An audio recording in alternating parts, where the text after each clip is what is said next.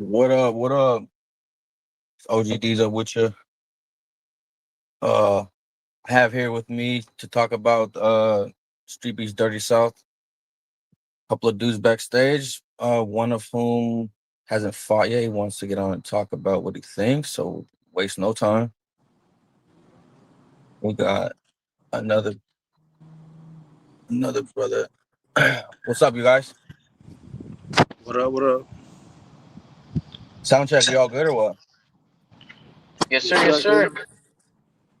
All right, bet. So yeah, I just wanted to touch base with whoever cared to listen about Street Beefs, Dirty South San Antonio, and what's cracking off with it. You guys have any questions? I know Rodney, you said that you never fought before.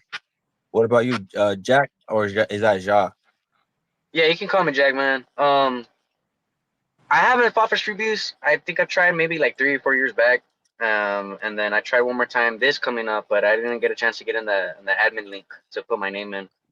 So I probably just missed some information. That's all. But yeah, man. Whatever Oh, next thing coming up, I really like to. we'll take care of that. We'll take care of that. And Rodney, when are you trying to fight or what? So I have a background in professional boxing. I fought for 10 years and then I retired. I've been out of the For real? ring for a minute. Hey, So let, let, I'm just let boxing won't let me fight right now. So in professional boxing anymore, I'm suspended for a so minute. So how long has it been? shit, since 2019. So at Oh, least six because years. you need 7. I thought you needed Any 7. what? 7 years.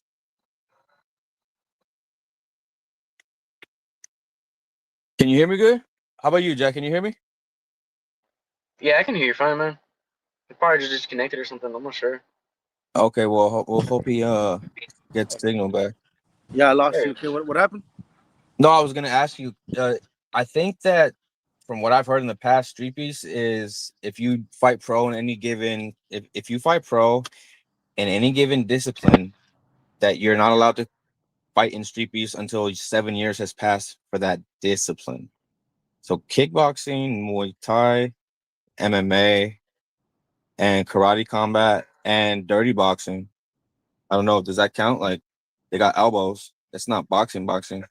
Yeah, I don't. I mean, I don't know much about that. I want to fight. So I mean, I'm just trying to go to the next best that can accept me. Because I mean, I was gonna fight in Fist and Glory. I don't know if you heard of them.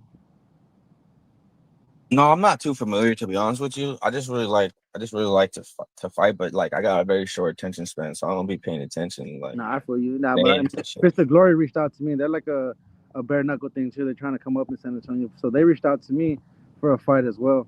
Um, and it's just anybody. I'm just willing So to go with the next best thing. Whoever willing to take me. I mean, I'm just trying to all fight. right, That's all. bet we'll take you. We'll take you, but you have to fight in something other than boxing. That's all.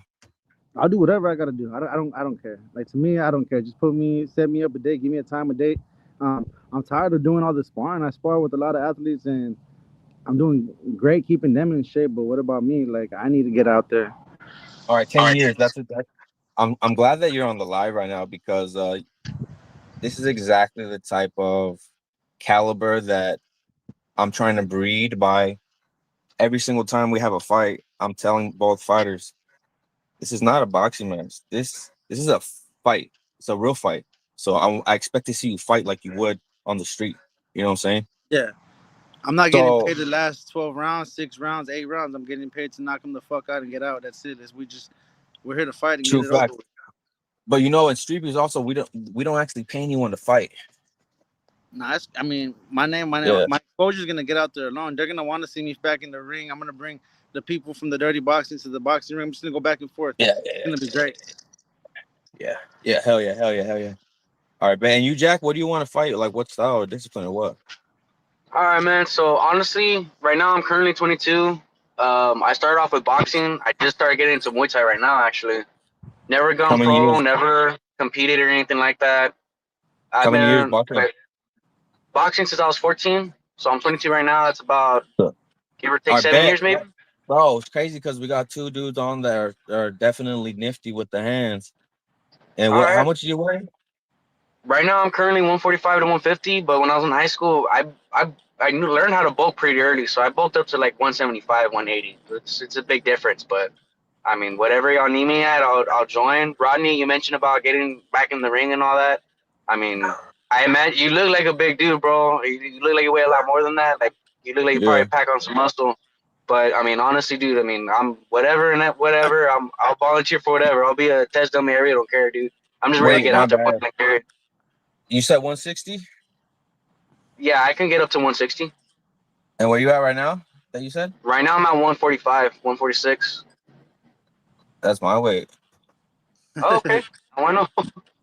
But yeah, man, whatever you have available, like I'm How all much you about the have? I mean, sport, man. obviously, you have a ton of sparring experience, right? Yes, a ton of sparring Like, experience. Right now, my brother's taller than me, but he's my Muay Thai sparring partner currently. so tons and tons and tons and tons and tons. And that both of you guys both have tons and tons and tons of Yeah, my first fight time was in at the ring getting 135. My hit. last fight was at 175. So I fluctuate between whatever you want me to be. I can meet anybody wherever you want me to be. Just give me 3 weeks and I'll make it. Um, as far as so like my sparring partners, I sparred anywhere from 200 pounds. Like I could fight heavyweight. I could spar heavyweights. I could also fight all the way down to 135, 141, 147 is what I really get in the ring at 154. But I love Oh banging damn, bigger guys. both of y'all guys are my weight class. Yeah. It's kind of scary. It's kind of scary because you know, I can't just be fighting. I can't just be fighting anyone that wants to sign up and fight. Like if I fight somebody, they have to be like, good at fighting, like really good at fighting. Because if I get in there with someone who's, minimal boxing training or minimal, in the ring getting hit experience, uh it's not gonna go good. It's not gonna go good. And I don't really need a highlight reel just like that desperately, you know what I'm saying? So like I want it to be like You want someone to bring the dog out of you. dangerous. Let's go. Let's get it going. Yeah, it has to be dangerous for me, you know what I'm saying? Because it's dangerous for whoever I'm going with. So it has to be even, you know what I'm saying? Even. And both of y'all guys, just from talking to you, I'm getting like, adrenaline flowing through my blood already. And it's not because like I'm like, oh, I want to fight you. It's because like I know that one day I might end up having to fight you because of mismatches or whatever it is. And I do want to fight next event. So I've had a couple people hit me up, but nothing solid yet. So we'll definitely keep in touch. You know what I'm saying? Because I want it to be everything that we encapsulate here in Streetbeefs Dirty South San Antonio is that this is actual combat. It's a sparring match, but it's a training for real. It's not real combat, but it is actual combat because it's training you for if you ever have to go and do actual combat. You know what I'm saying? To save your life or someone else's life. And we got Sleepy Jr. in the back. Hell yeah. What's up, Pimp? Yo, what's up? How you doing? Now we were just talking about the fact that Third South San Antonio, these are real fights, you know what I'm saying? Oh no, yeah, So 100%. so by the time I'm thinking about actually doing a real fight and it's like it's getting closer and closer because I'm here talking to you guys right now, my body automatically starts to pump out the chemicals that I would need in a fight. You know what I'm saying? Oh yeah, yeah. It's kind of crazy how that works. And being relaxed with all that, that's the hardest part about fighting, I think. Mm-hmm. Yeah. Yeah. I'd agree 100%.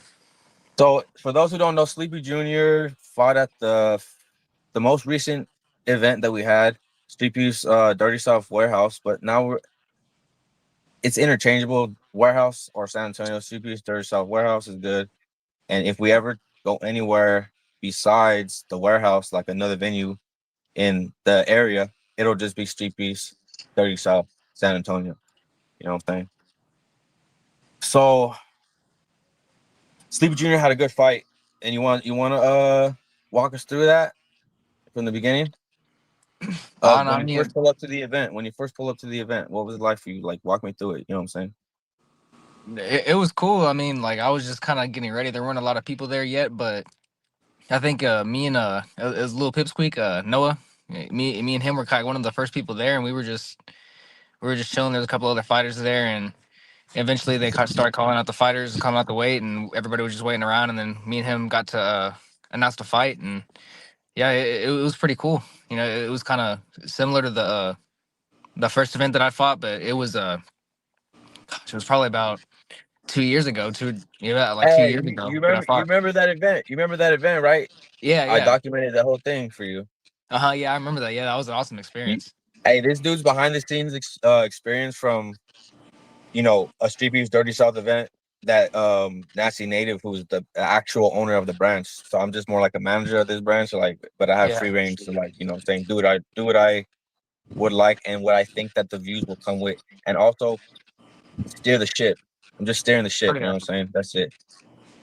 So, but anyways, at that point in time, I was part of this channel that we're talking on right now, Hard in the Fight, and I'm a producer there. So basically, I went to that event to document it. You know what I'm saying?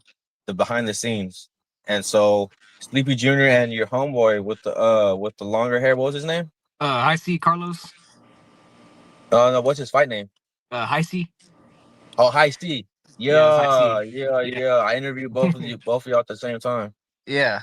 Yeah, I remember That that. was dope. That was dope. So if anyone's interested in watching that, I'm about to go watch it after this too, for real. Oh, it was my life. Yeah, every now and then I go back and watch that video too. Yeah, it was awesome. Like I enjoyed that whole entire experience. That was the first time I Oh, ever fought at this event. that makes the whole trip worth it, bro. So you know what I'm saying? Just to hear you say you go back and you watch it, like that's dope because I was a part of it and I like, you know what I'm saying? We shared that experience together, bro. You know Yeah, what I'm saying? 100%. Yeah. And that's the first time I ever met you in my life. I just walked up to you. I was like, yo, what's goody? This y'all's first event. And then Huh. it just unfolded from there. You know what I'm saying? Yep. I was around the whole like, hey, when you first saw me, were you expecting me to keep coming back to you? No, not really. And You know what I'm it was saying? it was even cooler hearing you when I was in the fight. I actually heard you like kind of corner me a little bit, like you were giving me advice. Like I could hear you. Like it was Yo, hard yeah. to hear certain people. Like there was like a lot of voices going on, but I could distinctly hear you be like, "Hey, straight punches," and I can kind of figure that out and try to throw more straight. So it was really cool. And that leads me to my next thought is Sleepy Jr. had a fight this last event and he got a knockout. You know what I'm saying? So I think that the evolution from your first fight until now, I think back then you had the will to fight, but Yeah. now you have the will and the skill. You know what I'm Oh saying? yeah. So Oh yeah. it's like 100%. a Yeah. really Yeah. cool experience for me, recording your first experience and then now being part of your next experience, you know Oh what I'm yeah. saying? Yeah. With Streetbeefs. Yeah, it's dope. It's dope. No, yeah, it So was how'd you exciting feel? getting the fight there for that first time and getting the behind the scenes and everything. And then that next event that was the Dallas, that was when I got my first knockout. And that was whenever I became 1-on-1. And then this next one, like it was, I think like that was the one thing is that I didn't like is that I was a little bit inactive, but because like every fight was a year. So like I had that first fight I think 2 years ago, and then a year ago that was when I had the knockout, and then like Mm. I just came back to have that last one. But no, I mean like it was fun. I mean like this leveled me up. I got my second round TKO. So shit, I'm 2-1 now, and yeah, I'm just ready to get going. I'm ready for the next event. Two for two in knockouts. You feel me? 2 for 2 Oh in yeah, knockouts. yeah, 100% finish rate right now, and that's gonna keep going. Hey, that's dope. That's hella dope. Because Hey, congratulations, man. Appreciate that, bro. like I was telling the homie Rodney, what's up, 619? That's the homie. He has a show on this channel as well called Big Chorizo Podcast. No Diddy. So yeah, like I was telling Rodney, fuck, I lost my train of thought. I'll Nah, figure you're it out. good, bro.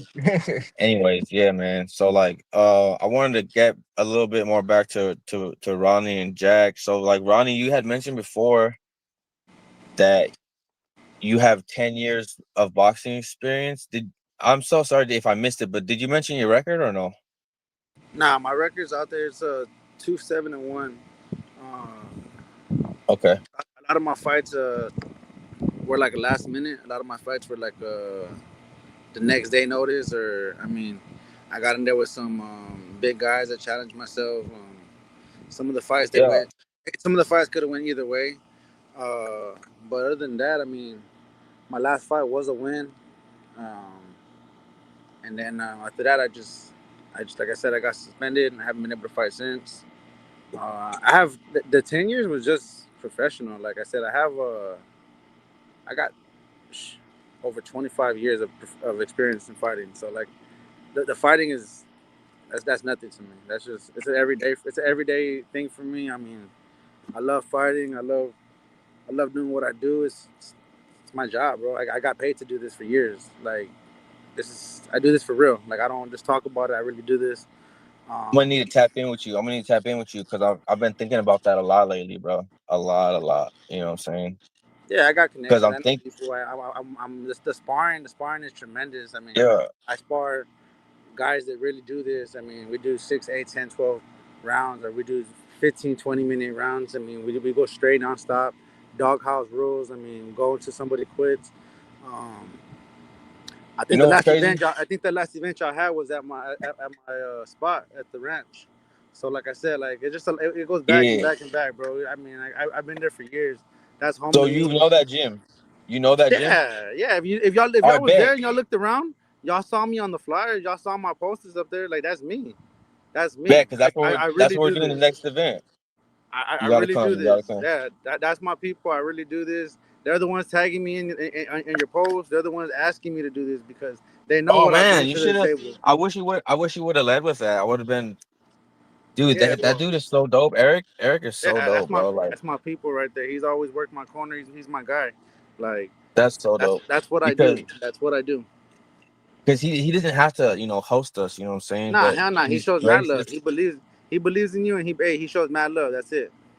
He's gracious enough, and every single time that the crowd was undecided, whatever he said, that was the win. We didn't win. I'm not trying to do no draws. You know what I'm saying? I mean, I Nah. think we did have a draw because it was that close. But like, He I himself, he's think the one that, like I said, they're tired of me being on the shelf. You can see me beat up motherfuckers in the gym, but for what? He's like, bro, get to work. Like he'll he'll call me during the show and he'll be like, I need you down here, and I'm like, fuck, I'm at work right now. And you're like, you should have told me since yesterday, but like that's what I do, bro. oh, so you knew it was going on then that day, He but called it was me last minute. he called me like 30 minutes. He like, hey, they're right here. Like y'all are right here. Hey, they're asking for you to pull up. And I'm like, damn, like that. Like I'm at work right now. But any other day, like if it was 24-hour notice, I would have been there on the jump. Yeah, it's so cool because I just met you, and I don't know you, you know, as it is now from a hole in the wall. I'm just barely out to talk to you about one topic, which is boxing, but you seem like a really chill dude, you know what I'm saying? Someone who I could chill with and get along with, because I think the thing about fighters is that when we're in the presence of other fighters, bro, like from both sides, it's as polite as possible. You know what I'm saying? So that makes it glaringly obvious when someone's trying to be disrespectful so that there's no confusion. You know what I'm saying? Because I'm never going to say something that could be construed as attitude. And if I accidentally do, I'm apologizing right away because, like, you know what I'm saying? It's never intentional. Mm-hmm. So I just get that vibe. I get that vibe from everyone here on screen. You know what I'm saying? So that's dope. Yeah, nah, for sure. It's mutual respect. Yeah. And Jack, so how did you hear about us or what? Man, I've been watching them for fucking ever, man. So let me tell you, I started boxing at 14. It was really just I've always wanted to fight. Like I was low key redoing martial arts from movies I saw and things like that. I just couldn't afford any classes or anything like that. That was my main issue. But I found a boxing gym with my grandfather. It was with the church. It's Gladiators. I don't know if y'all ever heard of them, but they're here in San Antonio. They're not a gym no more, unfortunately. But I Hey boxed Jack, all did you know him summer. from out there? What years were you there? Used to be at Gladiators. I went there a few times. I was helping out there a few times. Hell yeah, With man. It's very with with possible I might have seen you out there. who was the coach out there at the time? Rick, Hernandez, Coach Hernandez. Coach He was my Hernandez, head coach. or what about Bam Bam Johnson? Was he a big guy? Nah, skinny bald guy. He was a older man. He was a professional. He when he did his thing, he had his run. Oh But yeah. he was coaching for a minute there too. I think I know who you're talking about, but Yeah, I know. I yeah, know. there was. I remember you're a on big guy. He was Sakamoto. the guy that always did my pad work. Yeah. There you go. It's been a minute since I've been out there, but that coach Hernandez specifically, his son was a pro fighter, and he told me personally, he's like, after I want to say about 2 months of just being on the bag, he started putting me in drills, started working with me one-on-one more, and he ended up telling me, I want you to try out silver gloves. And he really wanted me to do golden gloves at the time, but he said, I want you silver gloves first so I can see that you're gonna take this seriously. And I told him yes, that I was all for it, and he just told me, just give me your 100, and I'm gonna keep training you like if I was training my own son. And again, I couldn't keep affording the classes, so I had to stop going. But ever since then, I stayed shadow boxing at home. I worked out like crazy. Like I said, I really got up to 193. That was my heaviest I ever got with eating, training. I did everything from calisthenics to weightlifting. And then on top of that, I would do at least 17 rounds, 14 to 17 rounds of boxing in the bag work at my dad's. So I was always pushing myself somewhere. And recently, I just got in contact with somebody from St. Louis. I think it was one of the admins for Street Beefs that actually put that big ass group chat together. But this guy from St. Louis, his name's Matt Mooney. He's been trying to get me unsanctioned fights. He even actually lined up a couple of Fury opportunities for next year, hopefully. But like I said, Muay Thai is the newest thing, and I low-key want to try MMA or something in the cage. It's intense.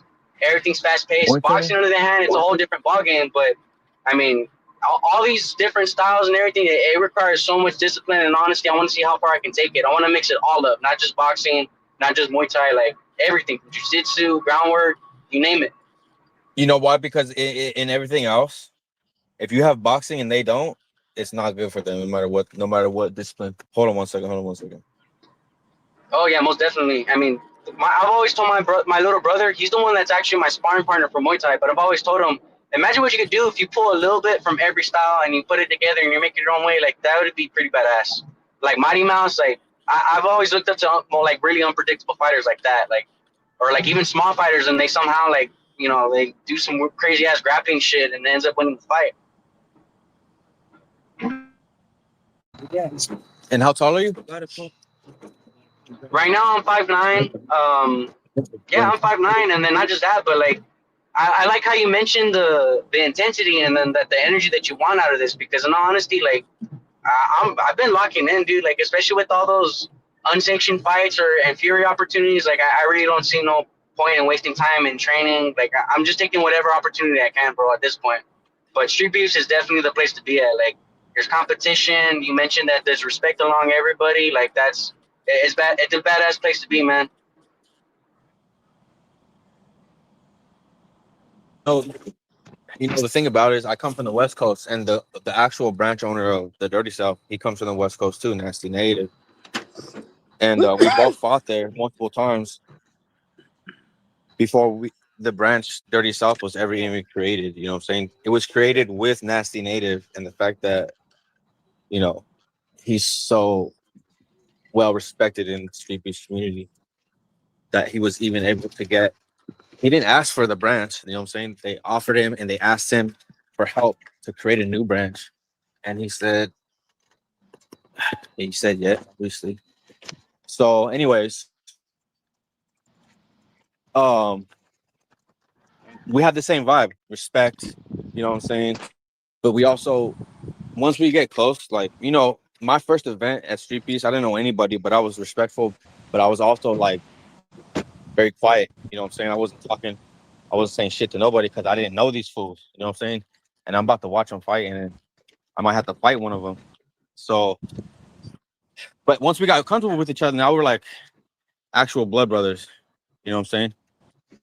So, and I want to bring that same exact vibe to Dirty South San Antonio. And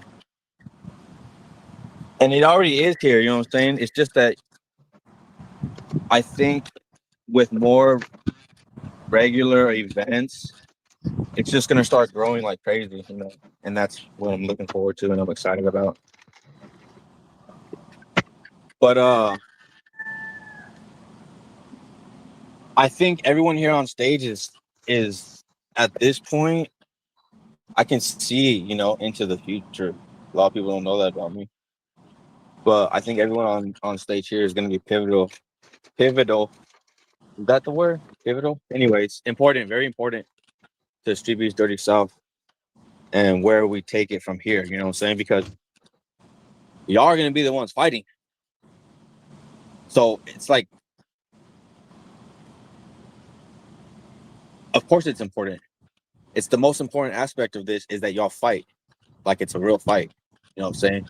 Because when it comes to watchability and replayableness, however many times they watch the reel over and over again, I think that's what it really is all about. It has to be something that they don't see every day, which is actual real fights, but with gloves. You know what I'm saying? And you do see it sometimes. Big old buff ass dudes knocking each other out, you know, on the cement or whatever it is, face kicks and all that. Like, I guess you could call that real fighting, but that's more of literal combat to me. Because when you start kicking people when they're on the ground, like, what are you trying to kill them? You know, like, how much are they paying you, dude? Like, are you guys fighting to the death over $1 million or something like that? Like, that's crazy. So, but a glimpse of it, you know what I'm saying? Almost there, almost there. Like, we're gonna be knocking each other the fuck out, you know what I'm saying? And I might even get knocked out too. And it's something that I have to face as a reality and a chance of going and doing a real fight. Especially at the level that I'm at now, I got like 21 or something like that fights, 20 or 21 fights in Street Beefs. I can't just fight, you know what I'm saying, like a newcomer or someone who's not as dangerous as me, because it just wouldn't be fair. And I also wouldn't even be able to unleash like that. And if I did, I'll feel like a piece of shit afterwards.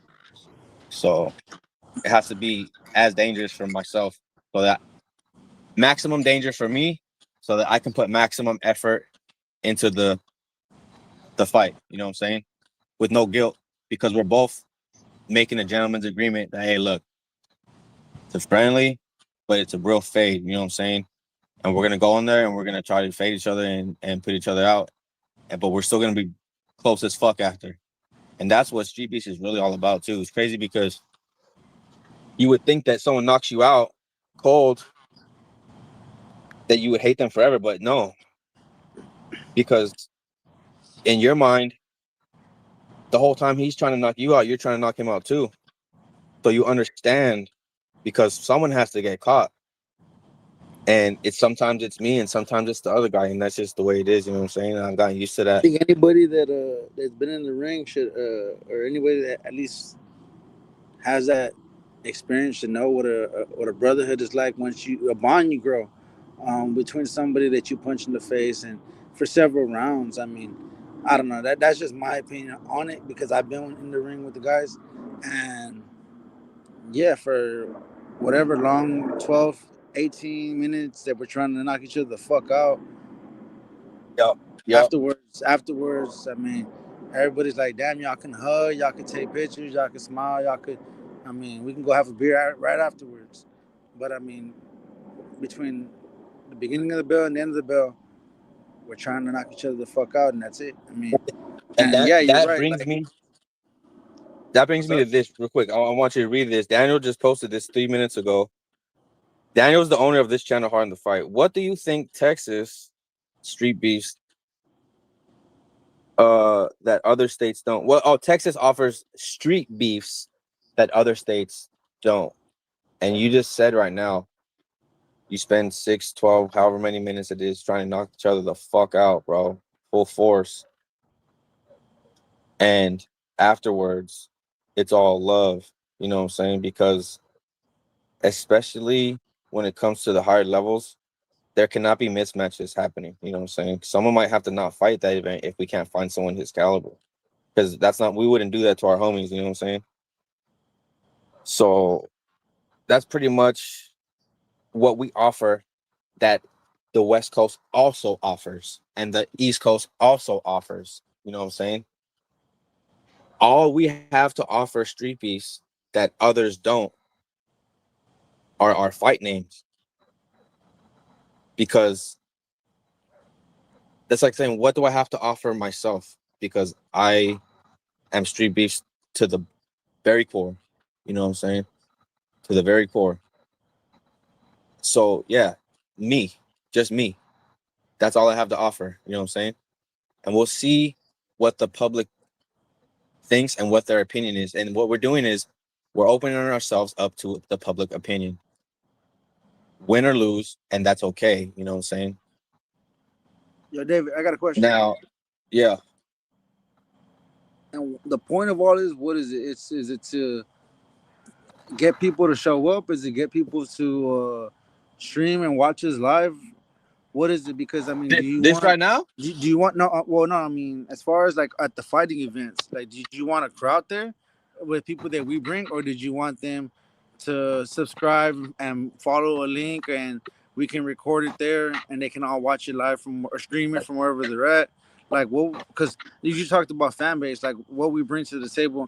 Um, I could pack out a house. I could sell out a place. Like, I mean, but I mean, we're doing it at a ranch, of course. It's totally different. No, Like, okay. I see what you're saying. Yes, we want to pack out, sell out the fucking place, standing room only in views. You know what I'm saying? On the platform. Because when it comes to the actual event itself, it's normally on someone's private property that the lenders Correct. borrow. You know what I'm saying? So we keep it to a +1. If you have, if you have to bring 2 or 3 people, you can, but I would just please strongly ask that you just bring it. nah, that makes sense. And is that something that I mean, y'all are gonna stream? Y'all gonna go live for that?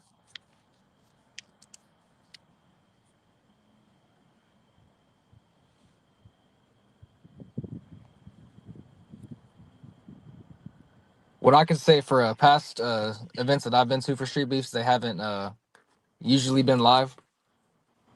They've usually just recorded it and then posted them on YouTube later on. Gotcha. But I want to say my I think like 2 years ago they did put it live, but it was on like it was on some, I can't remember what it was called. It was like some podcast. But I think like from what I've been to, usually they just record the fights and then they usually don't even really want you doing too much until after they post it, and then after that point they usually promote or whatever. Gotcha. How do you feel about that? I don't mind it. I mean, I like it. I mean, I've been watching Street Beefs for a long time, and I mean, I just started getting into actually fighting about like 4 years ago. So I What mean, would you? What would you want your people to see it live, or would uh, you want? yeah, I think I would. And I actually just had an event about 2 weeks ago. I just lost, and it was for like an influencer promotion. It's not as big as other promotions, but it was called Breakout Boxing, and I got to fight live for the first time. And there was like face to faces, press conferences, and like everything. And it was a pretty cool experience, and like it was a lot different because usually with Street Beefs, I would just pull up to the event and fight. But then this time, like I actually had a scheduled opponent. There was like a wait, and like so it was a pretty cool experience though. Yes, yeah, about I think Diesel's coming back. Oh, was goody. There he is. Bro, whenever that happens to me, I'm frantically panickingly trying to get back onto the page. You know what I'm saying? I feel that. I feel that. My bad. No, you're good. So, You're good. how was it though? Just y'all, the conversation just rolled naturally, or what? Still? Oh, yeah, kind of. Yeah, I was we were asking just talking how about the does he like live. fighting on live, or how does he like the difference between fighting live, or how would he like it? Would he prefer fighting in Okay. front of people, or I mean, as far as not in front of people? I mean, I didn't understand. Like, I mean, you're going into it's my ranch, right? You're going into my ranch. You're going into my backyard. I don't want a fuckload of people there.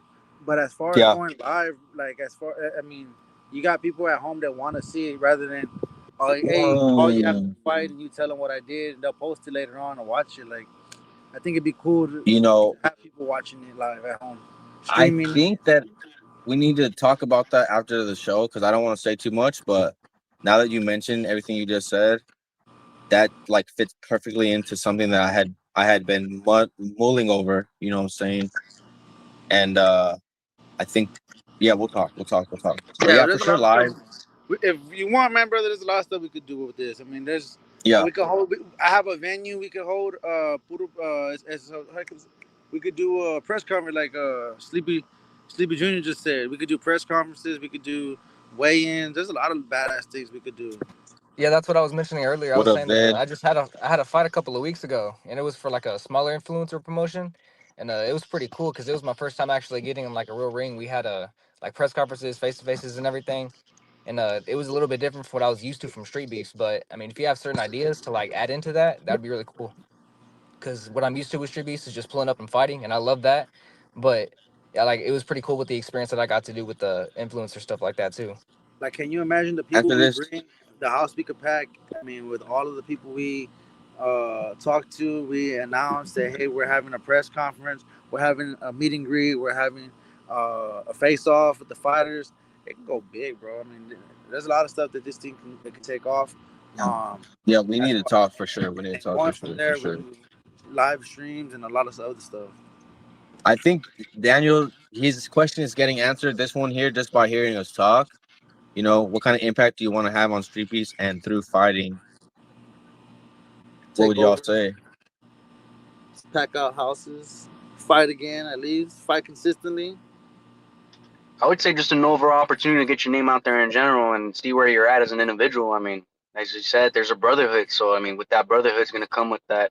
Hey man, like just work on this a little more, like stay more consistent, whatever along those lines. It's gonna be like, that's the way I see it.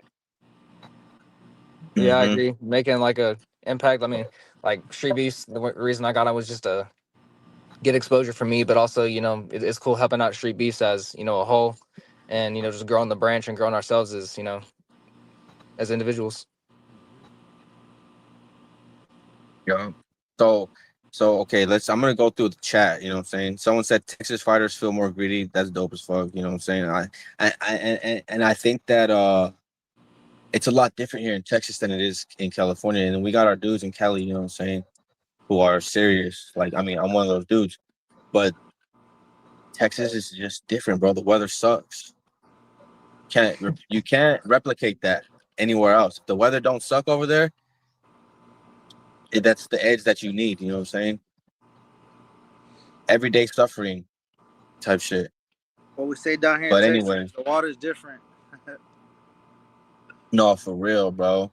So yeah, no, you can't drink the Shout tap out to water. my That's for dogs, sure. Mario Barrios and Bam Rodriguez, Joshua Franco, all of them. There's some dogs out there. All Oh, from Texas, baby. we got IDK Antone. I'm gonna add him into the chat real quick. So hey, you know what I need you to do? Antonio, send me a messenger so that I can just reply without closing my my web browser. Send me a message on Messenger. I'll see it and I'll be able to use the pop-up bubble to respond and get you the link right now. All right. My bad. I didn't mean to cut you off like that. I'm just realizing that was kind of abrupt and I kind of stopped the whole flow of the conversation. You good? I hope you didn't lose your train of thought. Do you want to continue? My bad. Nah, you good? You just shout out my homies. I'm so sorry for interrupting you during that time. That was kind of fucked up for sure. My bad, big dog. You good? I didn't mean no disrespect. I was excited to see the homie Antonio. Yeah. Add another one to the You know group. what I'm saying? Yeah. The more people, the better. Because it's been 40 minutes. But like for me, I'll be on this motherfucker for like 2 hours, bro, just chopping it with the homies on the West Coast. So it just started getting cool. You know, we're starting to get to know each other and shit like that, and the conversation is starting to flow more like it would if we're just posted up, just chilling somewhere. But yeah, so I guess I wanted to bring something up, and as soon as Anton comes on, I'll say what it is. It's like a an adjustment, you know, to I guess you could say the rules, kind of. We we're ex- we're excited to see a Texas branch really take off. Yeah, Dan, you know it's crazy because like that first video that I posted with Sleepy Jr. and Lil Pipsqueak, it got like 1.7 so far, right? But it got all those views in the first like 2-3 days. So like to be refreshing the video all day because I'm thinking about it, you know what I'm saying? Like I need to know how much I'm putting all my hype points every week and shit like that. So I seen it go from like 0 and like 300, like, oh, that's pretty cool. 300 already down, and then it's like 7, 1,000, 1.1, and each 0.1 I was like, damn. So I don't know, that felt crazy good to me, bro. Like extremely, grateful to be a part of that and be able to share that experience with everybody. So I can't imagine what it's like to get 1 million views on a video, bro. Like it's coming though. I can feel it. This screen, everyone on the screen is gonna have M's, bro. Yeah, I believe in the Dirty South branch. I agree. It's definitely going to be taken off. I mean, there's already a lot of good fights within like Dirty South that's already been going on, but I mean, yeah, it's just going to continue to grow. Hell yeah.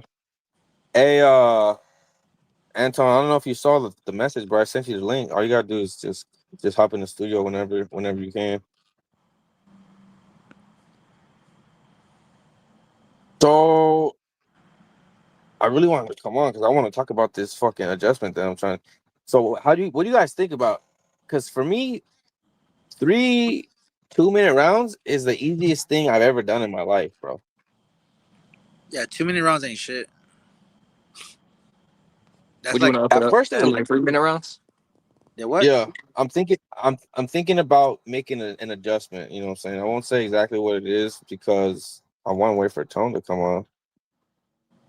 But yeah, so I guess we'll go Ronnie, then Jack, then Sleepy. So how do you feel about the fact that the fights are only 6 minutes long each? Like, does that play into any strategy that you would create in your mind before the fight? You know what I'm saying? Just mental training reps. I In mean, my you've been. mind, Wait, hold on, my Go bad. ahead. Rodney first, Rodney first, then Jack, then Sleepy. My bad, my bad. And I'm adding Tone in on the meanwhile. So say it again. Yo, what up? All right, so basically from Rodney on to Jack, then Sleepy, and then Tone, IDK. The question is, the fact that these fights are only 6 minutes long, it's such a short period of time. Does that have any effect on your game planning, your strategy, your mental reps before the fight, Rod? No, not at all. I mean, but it's a faster pace at 2 minutes. 6 minutes is not really enough punishment to give somebody. But as far as like the beating that you could take, I mean, you could take a lot in a couple minutes. But uh, I would feel open to more minute rounds. I mean, 3 minute rounds sounds good to me. Okay. Jack? Honestly, man, I mean, going back to what you mentioned earlier at the very, very beginning, you said that this is going to be a fight. So, if anything, the fact that it's so short, I think kind of helps. How do you say it? Like, it helps you lock in more on that fact alone. Like, hey, like, I only got so much time left to land my hit. Like, I better get moving or I better hurry up or something. But, I mean, I think it paints a pretty good picture on how the pace is supposed to be with that time. Yeah, okay. I love that answer. I love Ronnie's answer too because it's just like, what do you mean? How's it gonna affect me? I'm him. I've been him. I'm gonna be him. You know what I'm saying? And for you, it's like, yo, I'm locked the fuck in from the first second to the last second, bro, in kill mode until the ref stops me, bro. Because that's what this is. It's replicating and simulating you doing hand-to-hand combat to the death. Because if someone gets knocked out and they're on the floor, you could beat them to death easily. And same thing could happen to, both sides. So yeah. And then Sleepy. I was gonna say it's kind of like I agree kind of with Rodney and with Jack. Like it's when you think of 2 minutes, it's like it's more faster paced and like I feel like there's not a lot of time to want to think about too much. You want to go out there and just knock the guy out. But when you think about 3 minute rounds, it's just you know, once I feel like when somebody wants to come to a Street Beast fight, they might have beforehand wanted to just, you know, have their first fight or have a couple fights and do what they want to do. But when you make it clear, like at least with this last event, when you make it clear that like we're going in, we're gonna fight. This is like a real fucking fight. I think it puts you in like it puts you in a different mindset. So even if we did up 3 minutes, I feel like if we have that mindset, we probably have to fight like to the death for all those 3 minutes. So I mean, like Yeah. I'd be open to one more minute, but either way, I think Okay. that as long as you make it clear that it's a real fight, either, either a minute or 2 minutes is either one's Yeah. fine. Okay. No, you know what? Because it doesn't matter what the fuck's happening. If you got to fight, you got to fight. You're not worried about how much time you got on the clock. You know what I'm saying? You're worried about knocking this fool's block the fuck off, you know? So I Yeah. like that answer too, for sure. And then Tone? Shit, 6 minutes straight is that's crazy for someone with no Oh, cardio. no, I'm saying like, you know, we got the 3 minute, the 2 minute rounds currently, Oh you yeah, know, yeah, yeah. currently. I mean, Like it, yeah. the 2 minutes of shit is cool and everything. Like the rounds are cool. Like it makes it like it gives you more time to like I guess get in the fight that first round. You know, you get your punches, you get your breath, you get that like realization like, hey, you're in a fight. Mm-hmm. And then you know, that second and third round you can show out if you got it in you, you can show out. Yeah. So I No, mean that's it helps out and fucking shit, facts. but I thought y'all were talking about that 6 minutes straight. I was like, fuck. Yo, I was gonna bring it up earlier, big dog, but then I was like, I want to wait till Tone comes on. Like right No, now, like I barely got in what? right now, so I just heard 6 minutes, and then I heard what they thought about it. So I thought y'all were talking about the six Oh minutes, and they no, just it's perfect. kept saying like, oh, like if that's all we got, that's all we got. I'm like, It, fuck. and it's actually perfect that you brought it up because like the fact that you're here is the whole reason why I didn't bring it up. So like as soon as you got here, as soon as Yeah, you know what I'm saying, start talking, boom. Now I'm able to talk about it too, you know what I'm saying? So that yeah, makes yeah, me yeah. happy. But so we're gonna do 6 minute 6 minute round per fight. Championship fights are 10 minutes long. And I was hearing them talk about it, and it makes it more like me going off of like, oh fuck, I don't have cardio like that. But then they're talking Yeah. about like, hey, you know, you just got to get it done. It kind of gives me more motivation. Like, shit, I don't got no round to rest. So I might as well get my shit off right now. So like I'll probably Yeah. be in that like people with no cardio will probably be in that mindset while they're fighting. So they'll give it more than what they got instead of like quitting on the quitting in the corner. And that's why I had this comment up the whole time that you made because I wanted to wait until, you know what I'm saying, we start making our points and you perfectly touched on this comment here. Dirty South wants to show that we bring power punchers heavy, Yeah, bro. Because yeah, you don't have there's no break. You know what I'm saying? There is no save. No one's gonna come and save you, bro. It's like you need to get yeah. out of this situation as quickly as possible because 6 minutes straight, if someone's beating your ass, it's a long time to go. And a You lot of know? the times, a lot of our fights are with that fucking Texas Heat, and we're trying to get out of there. We're not trying to stay in that three three rounds the whole fucking time. So a Okay, lot of us are trying to get out of there. So so now that the cat's out the bag, you know what I'm saying? This time we're gonna do reverse order. We're gonna do Sleepy Junior, then Jack, then Rodney. Now everyone here has boxing experience, you know what I'm saying? So we all have the qualifications to answer this question. We're gonna start with Sleepy Junior and then go all the way back around to Tone. So we'll go Sleepy Jack, Rodney, me, then Tone. All right, Sleep. Answer this one. What was the question again? Say it again. My bad. Thoughts on the 6 minute round as opposed to 3 rounds? Uh, I mean, I wouldn't mind it. I mean, like I said, it's what I'm used to coming into Street Beefs is thinking, you know, there's gonna be rounds I could, at least beforehand, my mindset was maybe I could fill out a little bit one round and do whatever. But you know, when there's especially one rounder, you know, you making it clear that this is a real fight, whatever we do, especially with the 6 minutes. I mean, any addition, especially making it 6 minutes, that just makes it way more intense. I feel like that's like, okay, yeah, you either want to get it done quick or you do want to maybe take your time. But if you do take your time, you're gonna get knocked out. So you know, there's a lot of thinking you got to do, because if there's just one round, you're in there, it's a real fight. You know, someone's got to go down. You know, Yep. I don't think I think it Yep. just makes it more intense. Yep. Yep. And I like Because Sleepy I can Jr. understand. Yeah. Go ahead. Go. because in his first fight, like he was taking it slow. When he fought, who'd you fight? It was Patrick, but is it? Patrick. I Yeah, forgot his yeah, yeah. name. You fought I forgot him. his You were last like, name. you were taking it slow. You were taking like, Yeah. take your time, trying to go out with it, and feeling him out the whole time. And then the body work was what got you. Yeah. But then you started coming out with fucking hits, like just power hits on people. And you showed out. Like, you showed a completely different fighter when you started showing out, like where you wanted a fight instead of Yeah. just being out there to feel it out because it was your first fight. You said, right? Yeah. That was my first fight. Yeah. So it's like that thing where you're in that first round. You're just feeling it out. But you did that in your first fight, and it didn't go too well. But and all your fights after that, you've been you've been Yeah, I turned fighting. it up a lot more. Yeah. Yeah, For sure, yeah. you fight. You don't try to feel it out. So I think like you're a prime example of someone who's like you only give them 6 minutes and there's no rounds in between. It's like it's fight or flight, and you're gonna fight. Yeah, 100%. Yeah. All right, Or Jack.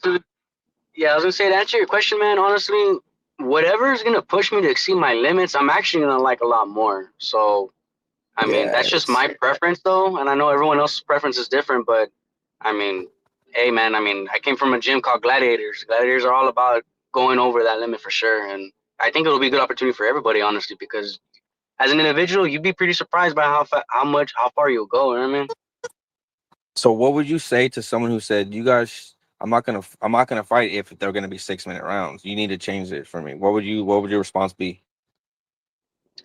My honest response, I'm naturally competitive, so I'll probably say like, I mean, especially as a Texan, and if it's another Texan, you're like, bro, you live in Texas, stop being a bitch.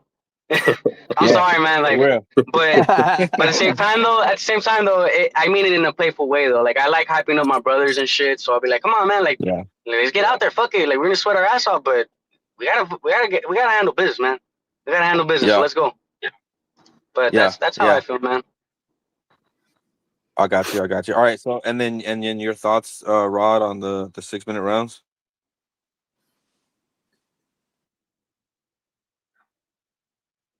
I think you muted still, big dog. My bad. Oh shit, my bad.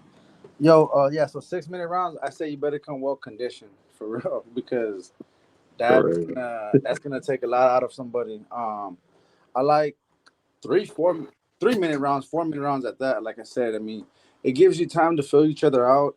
I heard y'all saying that Homeboy got better later on in the rounds. I mean, I think it brings the dog out of somebody. The more punishment you take, the more you get going. I mean, it's better for a fighter to show what he can really do.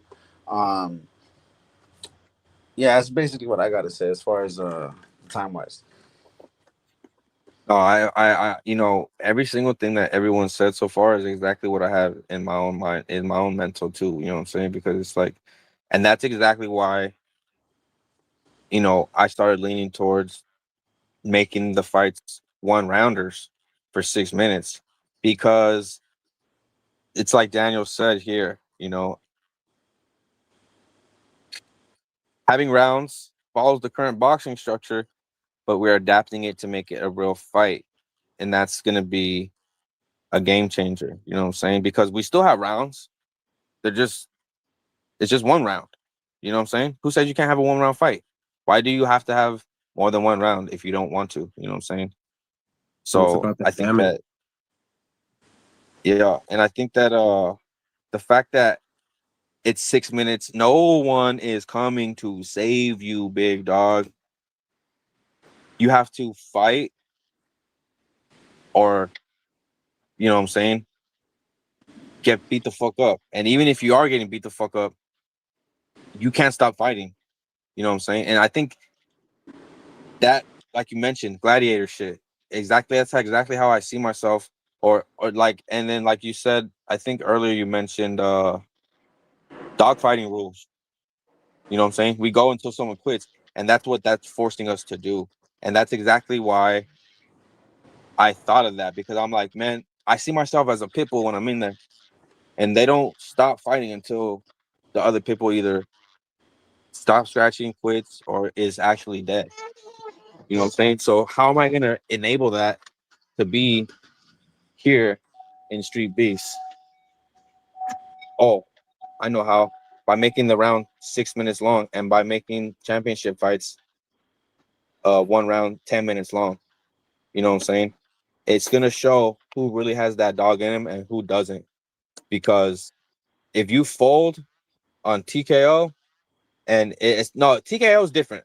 That's not what I mean. If you quit, you a bitch for real. Because you knew going in that this was a real fucking fight. And so, you know what I'm saying? If you're not gonna treat it like a real fight, then like don't fucking fight. Because if we start seeing you quit, and you know what I'm saying, like just out of exhaustion type shit. Like if you could stand up, you can fucking walk around, you can breathe, you can fight. If your ass gets TKO'd or if you get knocked out, that's different. But tapping out, quitting, air tapping, no, that's can't have that, because I don't want to be around people like that. Because when it comes time to actually do some real shit, they're gonna tap out and they're gonna quit, or they're gonna already have that, you know what I'm saying, that mark on them, that seed, that precedent. So they're gonna fall back on their training, and they're gonna fall back on. That's what this is all about: training for actual combat. They're gonna fall back on the training that they had in the street beast fight. And what did they do during that type of training? They quit. So that's what they're more inclined to do than someone who doesn't quit. And it's exactly like dog fighting, because even in life and death situations, some of those dogs they turn and they run. You know what I'm saying? They quit. So it's really showing like, and the ones that quit, quitters, they don't keep them around. You know what I'm saying? They don't breed them. They don't get bred.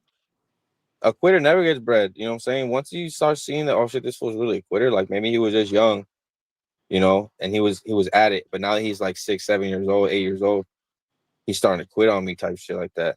So he doesn't get bred, because it takes a dog to go from 4 to 7 years to earn the right to be bred in their senior years. They just stay in the house all day and they breed nonstop. That's all they do until they die. So, but to earn that, you have to show that you have zero quit in you. You know what I'm saying? Zero quit. And that's what I'm looking for when I'm over here following the fighters around the ring, screaming at them, wake the fuck up. Wake the fuck up. Let's go. This is a real fucking fight. Let's go. What the fuck are you doing?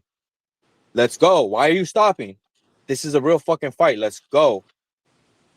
Attack. Why are you fucking stopping, bro? But it also goes the other way too. When I see people doing exactly what I expect to see out of a pit bull, just like, you know what I'm saying? And I'm not trying to compare anyone here to a dog and saying I'm the owner, but I'm calling myself a dog. You know what I'm saying? When I'm doing good in a fight, I'm hearing my corner.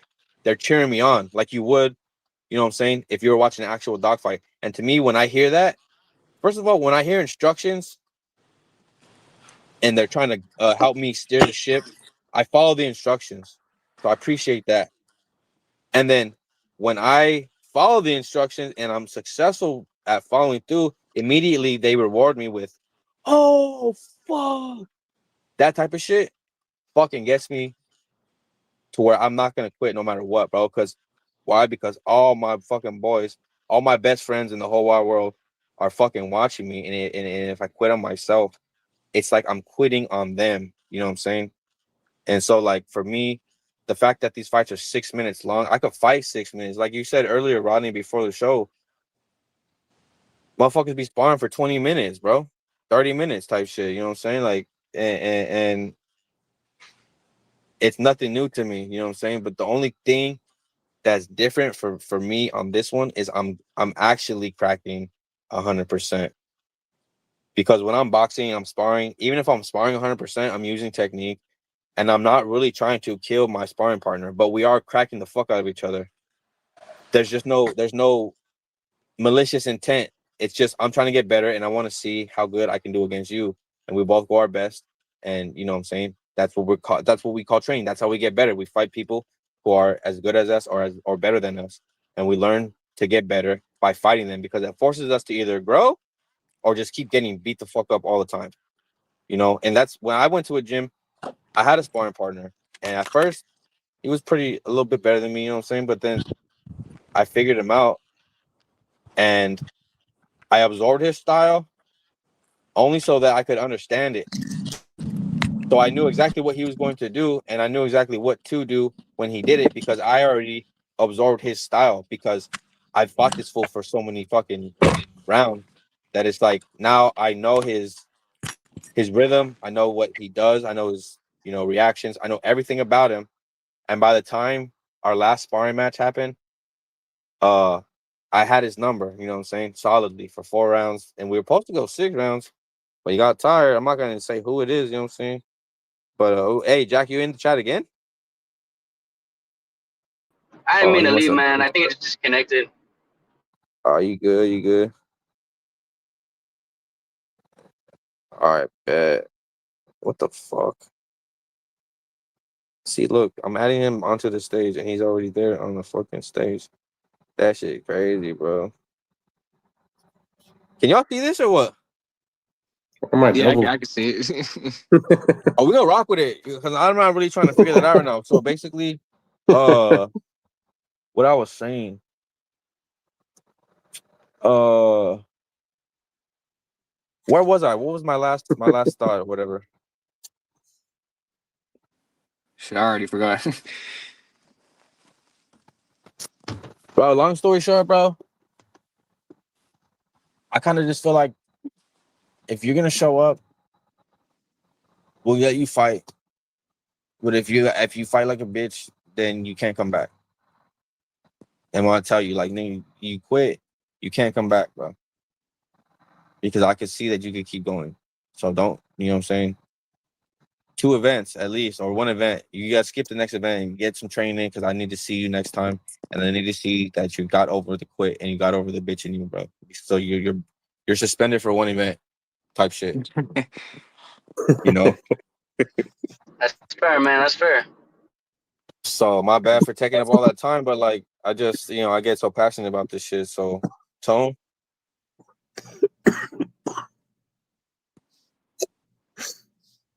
Yes, I mean, I don't got cardio for shit. So that's gonna fucking suck. But I mean, that's gonna push me to fucking have to show out when I show up, instead of just showing up just to show up. Because I know the first time I showed up to my first Street Beefs event, I just showed up and I was like, you know what? I think I got it. And hell no. After the second and a half, like between the half of the second round, I was out of there. I was fucking tired as fuck. I just had to zombie that shit out through the whole rest of the fight. And that shit sucked. that shit feels like you're about to die in real life, for real, right? Yeah, and you're just there taking punches, and you're fighting somebody I was fighting the first fight. I was fighting Crazy Man Cray, and that motherfucker just keeps swinging at me all 3 rounds. So I'm just there fucking having to take that shit. So that shit sucked. Bro.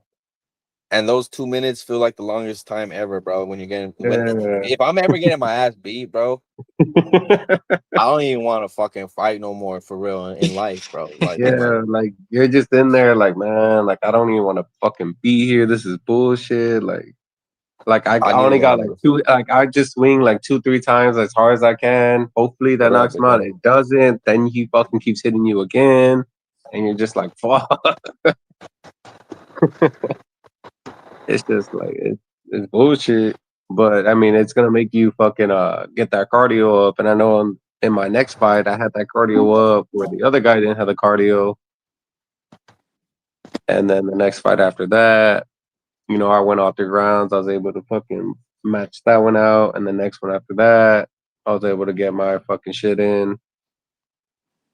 And then after that, I mean, I just didn't fight after that because everything went weird. Yeah. Someone asked in the comment, yo, you know what? Real quick, I want to talk about what you said because you said a lot, and I understood you, and I was responding in my mind the whole time. But then, like, the comment that distracted me. But I'm not gonna let that happen this time. So basically, like,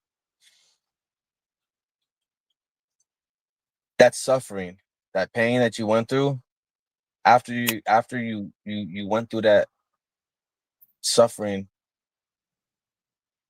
even though in the middle of it, every single part of your body wanted to stop and throw up your gloves. How did you feel about the fact that you didn't, like, after the fight, directly after? How did what I'm saying? Were you grateful for it, or are you still like, damn, I should have just fucking quit? You know what I'm saying? Oh hell no, nah, yeah. Like I always feel like at least I'm not a fucking quitter. But Oh, yeah. I mean, the only thing I regret is like, yeah, I know I could have did more. Like I did good in the first round. I know I threw my good punches. It's just I couldn't. I didn't take my training serious. So the fact that I couldn't do what I know I could have done is what is the only thing that I had regret about. But I stayed in there and I did what I had to. And Yeah. I'll take my beating. If he would have knocked me out, he would have knocked me out, and that would have been on me. But I stayed in there and I took all those punches, and I never took a knee. I never sat down. I never did nothing. You think you could do that for 6 minutes in a row? Back then, yeah. How Right about now? now, Are you gonna be fighting anytime soon or no? um, for 6 minutes, probably not this year. I'm probably gonna take some time to fucking get that training in because I've been fucking going through it right now, so I haven't had time to do nothing. But a 6 minute fight, I know. I mean, I could do it. I know I can do it.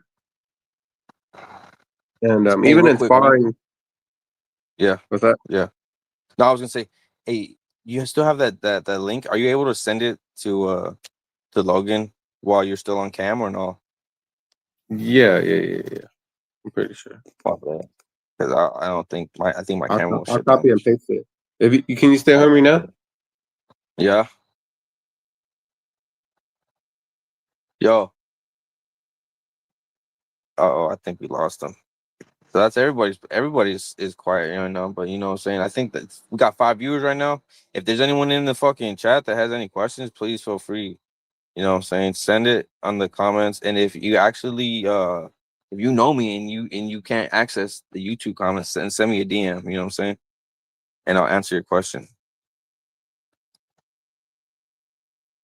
There we go. All right, bet. Oh shit.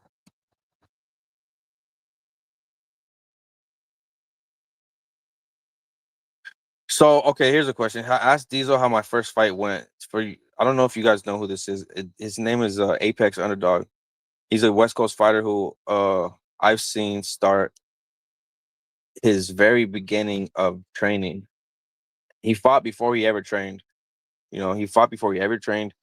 And I don't exactly remember how his first fight literally went, but if you want to go look it up, and Apex, in the comments, put the name of that fight so people can YouTube it, and I'll put it right here on the stage real quick.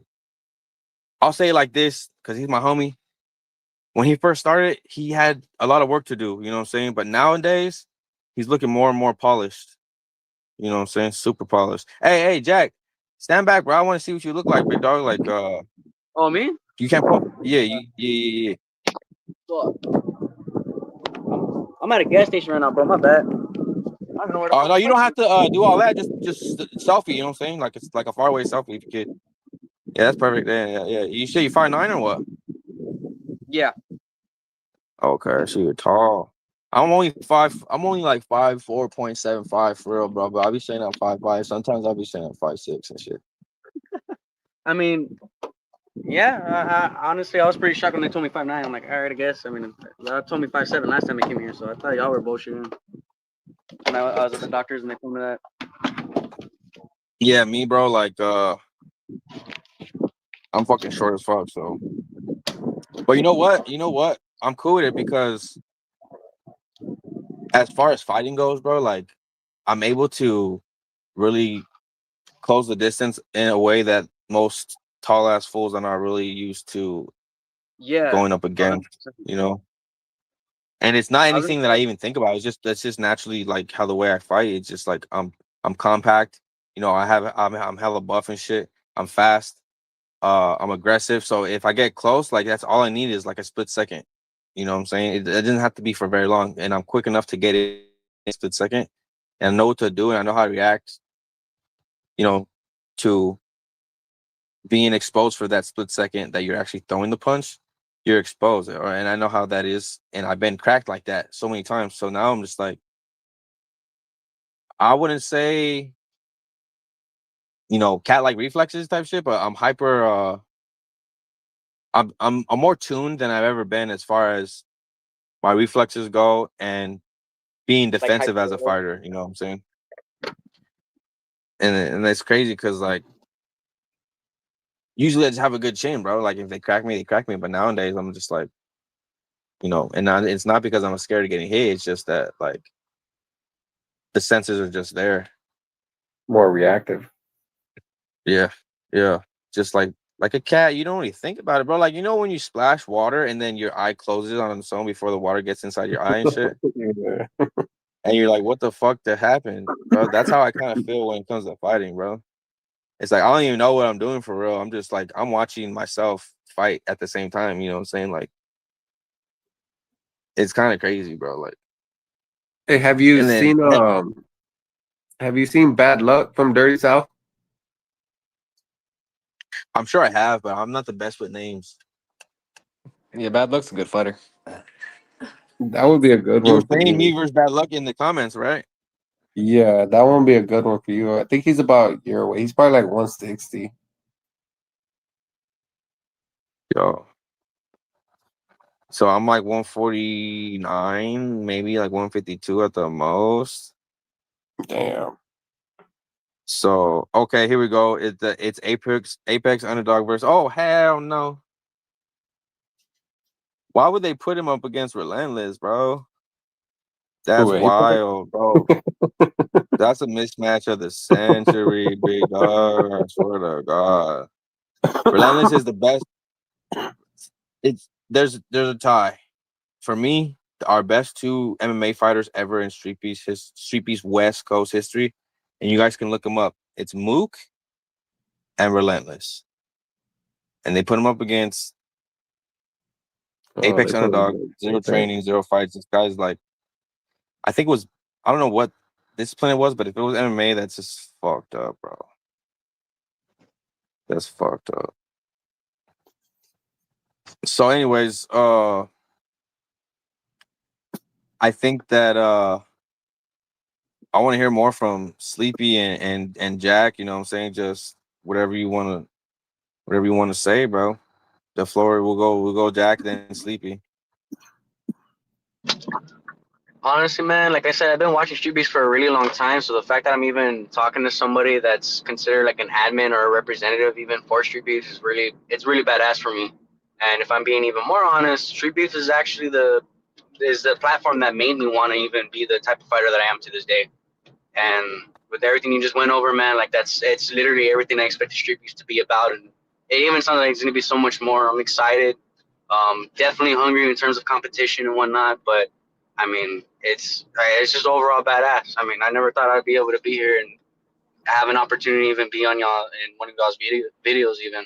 And I'm definitely gonna be willing to showcase what I got. And like how you said, you can't fight like a bitch. So I that's all I Yeah, needed to hear. Those were the magic words to make my rings here. Don't fight like a bitch. I'm like, all right, cool. Hey, Sleepy yeah. hasn't been fighting like a bitch at all. No, not I mean, with no. that record, it does not sound like he has, man. He sounds like he's been on a mission. That's really badass, dude. It really is, and it The definitely improvement from his that first fight passion. is just crazy. Honestly, after my first fight, I definitely like. I'm not proud of how I went out my first fight, but Yeah. I Like, learned a lot from my first fight. I learned to not be a bitch in the ring, and to really go out there and Yep. actually give it your all. So, yeah, it was definitely a humbling experience for me.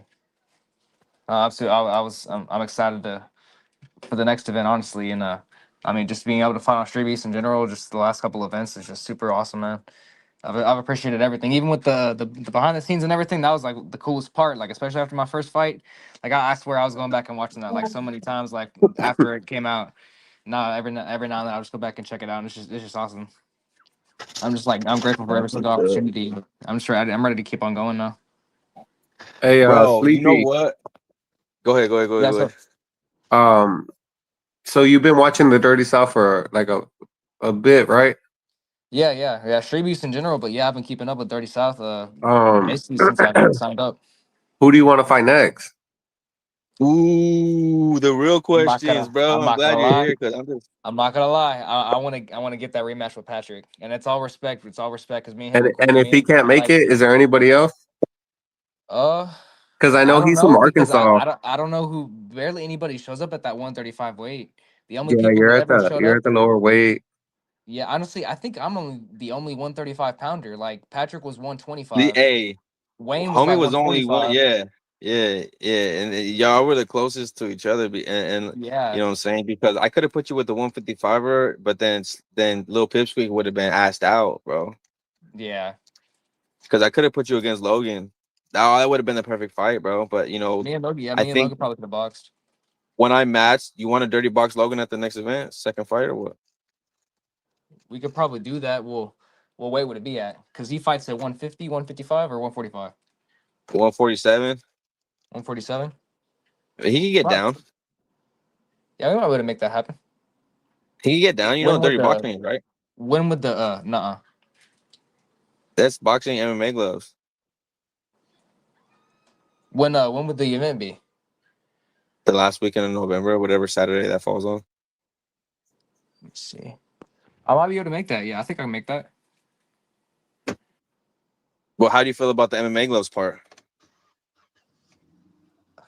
I'm not sure. It sounds like a fun idea, but I'm not sure if I want to do that yet. That's fair. It sounds fun. Like it does sound fun, but no, I'm not Because sure that's yet. and I'm putting myself in the same situation. And it's crazy. Me and Logan both decided that we wanted dirty boxing fights, and then he came to me and said that, not knowing that I had already made a post about it, and he said that he wanted to fight dirty boxing, which is Amigos boxing at the next event. And I was like, bro, I just Yeah. made a post like 10 minutes ago that I need an opponent. And then he made his own post. So now we're just both trying to, like, you know what I'm saying, really show out. And hey, Logan, last fight, he fought some fool that was 20 pounds heavier than him, bro. And he fucking saved it out. Yeah, He I had no saw that. quit Yeah, in him, that, bro. and they were fighting in the what was it, the stickers on the ground and everything. I was like, damn, man, I know that shit was not feeling good. They were Yeah, dogs, fuck all bro. that MMA shit on there. You know what, though? That's a real fight, bro. You don't get to choose 100%. where you get into a fight. The other person punches you, you got to start fighting. It doesn't matter if you're walking on stickers. Yeah, 100%. most And cases that's you're on the and fucking that I'm asphalt. not exactly. I'm not trying to be harsh on Logan because that's not by design. And I wish they had the option to wear shoes. I think it would have been a good idea for them to wear shoes, but that's neither here nor there. The fact that Yeah, he saved his way 100%. through shows like more than any, what I'm saying, 3 rounds of just boxing or MMA could, because the homie could have easily said, hey, hold up, time. I need y'all to sweep this, or we need to do something about these stickers, because that's like some real fucking, you know, Bullshit. Yeah, it's some real bullshit. Exactly. So like, but the fact that he didn't though, it Yeah. just shows me how fucking, as much as Street Beefs is in my blood and Tone's blood, and I'm sure Sleepy, and what I'm saying, sounds like Jack's already, what I'm saying, on getting on that level too. It's it's also in Logan's blood, and he really proved that with his performance, 100%. because it's not easy to stand there and fight some big ass fool who knows how to fucking kick right to the legs, bro. Like, No, yeah, I did not want to take any of those kicks. Yeah, Logan's a bro, dog. shit is too real, bro. So like, oh shit. Hey Shit, I man, I'm remember sorry. I don't seeing mean to cut you Logan off. fucking break his fucking No, you shin. good, you good. Go ahead, go ahead, go ahead. I was gonna say really quick. Are y'all trying to find a fighter for somebody right now? Yeah, me and Is that what? Logan. Okay. What weight class were y'all looking at, or y'all wanted? Y'all said 135. I could get Logan down to 135 if you need him there, or whoever it is needs him there. I was gonna say I'm What? 135, and I feel like I'm the only 135er because at every single event I've been the only fighter that's been at 135, and everyone that I've fought has either been like 125, 145, 150. So I haven't like had anybody that's actually been my weight, which I don't mind, but I haven't actually fought somebody my weight except Hey, this last you ever last lift weekend. heavy like that or no? Nah. I want to get in the gym though. I'm trying to get more, especially because I'm finna have to get some daddy weight on. You But know I you know didn't get about. in the gym after that first fight? A little bit, yeah, for sure. No, I started lifting a lot more weights after that first fight. No, Because you you still don't been look like knocking people you don't out. look like a skinny. You don't look like a skinny dweeb. But I just Yeah. want to Nah, know, nah, like, nah, how much heavy nah, lifting nah. do you do? You know what I'm saying? Yeah, no, I want to get in the gym though. I want to do more heavy Because lifting. it's in the Hey, leg. bro, I if you would need say some honestly to TRT, build bro, mass. To I would say to build some mass. I would say no try out cap. calisthenics before weights, because when you do calisthenics, you actually have the strength to move the weight. So just imagine how much more time under tension you'll get with heavier weight, and then you just build more mass from there. Yeah, Plus like whatever you're eating, your calorie No, intake. first, yeah, those are the most workouts that I do. yeah, Mostly are like push-ups, pull-ups. I do more like body mass workouts more than like actual weight. Yeah, hell yeah, yeah. yeah, for sure. Because even for me, the first 30 days of my weightlifting journey, bro, I was completely natural, and it was just to show my mentor in the weight training game that I was serious, bro. So I had to build up that stamina, and I included cardio too. You Yeah, know what I'm saying? We're in the Marine Corps. We're doing cardio every single day, miles and miles. So like naturally, we're gonna have good cardio. So basically, you calisthenics is great for the first 30, especially if you're just going for unlocking the next level in your your muscular skeletal capacity. So so you do the calisthenics. Now you're ready to max out to your natural max. Once you get to your natural max, let's say you gain 7 pounds, 8 pounds, 9 pounds of muscle. You know what I'm saying? And then you're looking beefy as fuck yeah. naturally. Boom. You do 30 days of TRT, bro. Stop it, dog. Stop it. It's not. Y'all see me, bro. Y'all see me. I don't know. Jack, have you seen me? Have you seen me fight? My fight name's Lil Diesel, but my son, he just started fighting. He just started fighting and shit. He's 15. He goes by Diesel too. So now he's Lil That's dope. Diesel and That's I'm dope. OG Diesel. That's dope. So yeah, Jack, have you ever Hold seen on, me hold fight or on. no? Lil Diesel, you said? Yeah. Yeah, it should be West Dude, Coast. I'm not gonna cap. That name sounds very, very fucking familiar. But the fighters I'm familiar with is I think it's Mac, something like that. Magic Mac. I don't Oh, remember what he called himself. He Lil fought Mac. Little Mac. There you go. Yeah, I, Lil fu- Mac. I, Man, that motherfucker got I some like Canelo type hands. I swear to Oh God, but yeah, he Lil can Mac. move. Nah, hell no. I think it's a bitch, bro. Nah. He's cool. I like him. He's cool. But hey, we already fought twice. We're supposed to fight Oh, a I've third really? watched time. I've watched If I y'all's ever Yeah. go fights, You know bro. pro, what? Y'all were bruh, fight, bro. I That love watching I'm y'all's gonna knock fights. that fool out. That was my favorite that fight just that might I've have been ever the Hey, fight I watched. actually saw I'm though. It was not gonna probably lie. with you and him. So I had to go rewatch those that. Wait, those fights, Diesel, are bro. y'all gonna fight Hey, again? in the pros, cause that dude's already a pro. Like Yeah, he's you already Bare can't fought me in fight. knuckle. KFC. I've been seeing his fights. I've been keeping up with him somewhere. I'll still beat that fool's Shit. ass. Fool, fuck that. Hell Hey, no cap. I'll beat the I want to fuck yeah. out see of that. I that want to fool, see bro. that. I want to see that rematch. But I love him. You know what I'm saying? There's no Yeah, real yeah, hate. It's yeah. just that the reason why you hear this annoyance in my voice is because of my performance. And what I was about to say is in both of those fights, bro, I fought like a bitch, bro. Straight up. I'm not gonna lie. The first fight, I was tired as fuck. You know what I'm saying? And I didn't come prepared, and it showed in the fight. Second fight, fuck, I don't even know what happened second fight, bro. I just felt like a bitch. Like I don't know what the fuck like was going through my mind and shit. Like I couldn't fucking tap in to the evil that lives inside of me, bro. I just couldn't. For some reason, like I don't know. So he beat my ass twice, basically. So, but if we fought the third time, bro, like I'm so tapped in right now, it wouldn't be good. And it doesn't matter that he's a pro because he's good and he's been that good since we fought the first time and we fought the second time. It's just that now it's bare knuckle, so it's different, and he's been stopped already. You know what I'm saying? Yeah, he can be stopped. The fool that stopped him don't crack as hard as me, bro. I saw the fight. It does not crack as hard as me, and I'll be cracking. If I hit that fool on his chin, if I touch his chin, bro, it's over. You know what I'm saying? And he's touched my chin so many times. And the only thing that happens, I got a black eye. You know, so no big deal. It's just that I was off that day. I sucked, so that's why it made him look so much better. It's not because he's that good. It's just because that my performance that day was fucking terrible. Both of those days. And Yep. so I really I don't mean it when I say, oh, that fool's a bitch. I really don't No, mean you're it, good. but it's because we be talking shit to each other, bro. If you go back and watch the press conference between me and Lil Mac, it got bad, bro. Like it got Damn. real bad, bro. Like Damn, I mean, bro. I was saying not to mention though, but like it takes a Well, lot to admit what you just said too. On top of that, so like, what would be something that you probably would have done different, like just from your experience and that somebody going pro, former Street Beefs competitor. I'll tell you exactly right now. Treat it like a real fucking fight. Okay. I didn't. That's the thing. I was boxing. Fuck all that. That shit's over with. He fights in bare knuckle. It's close to a real fight, but the fact that it's bare knuckle, but you could tell that he's not really tapping in to the evil within. He's spending too much time trying to get rid of the evil instead of hone it in and use it as a weapon when you need it.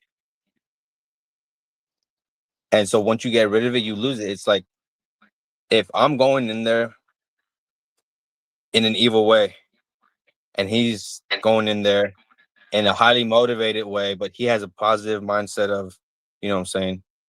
He's always thanking God. And I believe in God too, you know. I thank God on my own time, you know what I'm saying? But I'm not gonna go on a podcast and like talk about God, bro. Like, no. Type of shit like that. Like, we're here to hurt each other. And I don't want you to be like, you know what I'm saying, praying for me and all this other shit. No, for I'm still gonna knock your fucking block off. So that's the difference that I would do is really tap into that evil, because back then I had it in me and I knew it. But when it came to the actual time to release it, I had to learn how to do that. And it took me a long time, bro. I barely only tapped in like my last 2 fights, and I have like 20 fights, 20-some fights. So like the evil that I have in me now, it's something that I gave permission to enter and take over when I'm in the ring. You know what I'm saying? It was a conscious decision that I told myself, okay, for those 6 minutes, the devil's going to be in control, and I want you to use my body to basically kill this other fool, you know, with gloves on. And then we're not going to stop until the ref physically puts his hands on us and stops us. You know, and that's something that I made a conscious decision about. And I will say this. Yes, it's extremely helpful in a fight, obviously. But that bit's hard to turn off, big dog. Like, it's real hard to turn off. So learning how to unlock it is its own thing, but learning how to turn it off once you unlock it is a whole nother thing, bro. Because it doesn't leave when you step outside the ring, bro. Now you have it with you. If you can't turn it off like a light switch, now it's with you all the time in daily life, and you're just walking around. The devil's still in control of you, and you're doing shit in daily life that you wouldn't normally fucking do. But now you've already given the devil permission to basically run your life for that 6 minutes. But he doesn't want 6 minutes. He wants, you know, your whole entire fucking life and every single thing that you do. So that's the part that I've found to be very difficult. 2 years ago, since I had it was like the knockout of the year in Streetbeefs West Coast.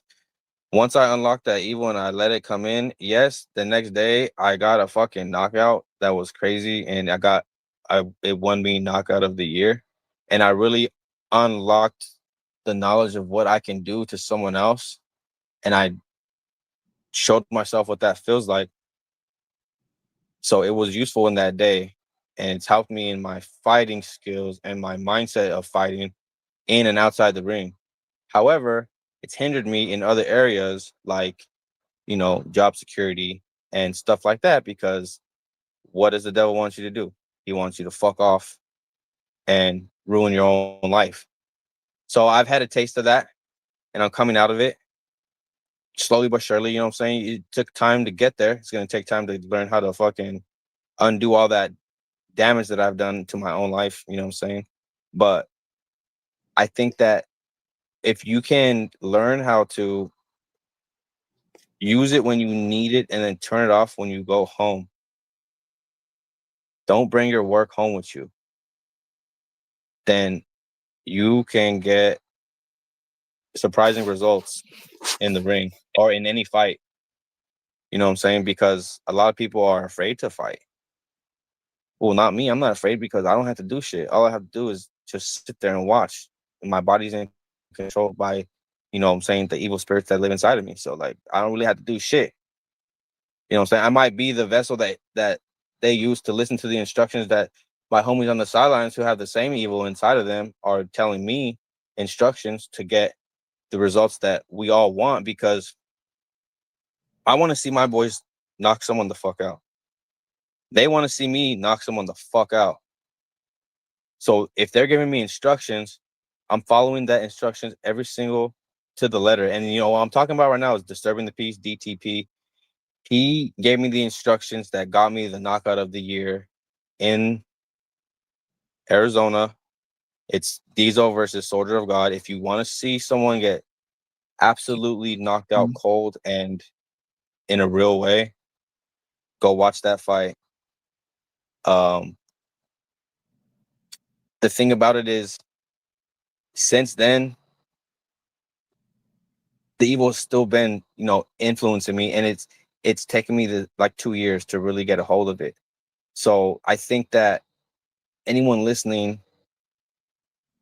if you have the desire to unleash and do what we're talking about here, you have to have a good, healthy relationship with our Lord and Savior Jesus Christ. Because if you don't, bro, like you might slip and fall and never get up. Never ever. And I'm not using. I was never my intention to walk around in my daily life with this, what I'm saying, influence and control of me. But if the time comes and I need to use evil to defeat evil, because that's the only way that I could actually allow myself to do that type of damage to someone, I'll do it. And what I'm saying, it's not going to be anything that's, saying that I don't believe in God anymore. It's just that shit they walk with you in your daily life. We're all flesh, you know what I'm saying? They walk with you and they have influence over you. They're called the thoughts. The thoughts that we have, they come from somewhere. You can't hold a thought in your hand. Where is it? Where does it come from? We don't know. And if it's not good, then it's evil. Period. There's only two options. That's it. Besides, like, okay, I have to breathe. You know what I'm saying? Obviously, you think about the job that you do. You want to be professional. You want to be proficient in your job. You have to. Those are thoughts, but they're arbitrary. You know what I'm saying? They're arbitrary. It's like you don't have to think about breathing. If you stop breathing, you're gonna start thinking about it. But that's the only time, really. So, but everything else, it all comes from the devil. Because for me, and the reason why I say that is because when I'm thinking and I'm making ideas on my own, that's when I get into trouble. I know that, I'm not a Bible thumper and I don't read the Bible like that, but I know that God says, be still and know that I am God. So that means be completely still, like a river flowing down the rapids. You're going to go through shit. Stay relaxed in it. Stay relaxed in it. And even though I've had these evil, spirits walking with me in my daily life, I am relaxed in it. You know what I'm saying? And I'm allowing myself time to learn how to deal with this and how to control it without beating myself up, getting depressed. You know what I'm saying? Lowering my own self-esteem. Be relaxed. No one's in control. If people could do good, they would do good. You know what I'm saying? It's just there's another level of, you know, I don't even know how to say it. And it's a net, like if you unlock the deepest, darkest levels of that evil and you use it on another person, that does something to you. You know what I'm saying?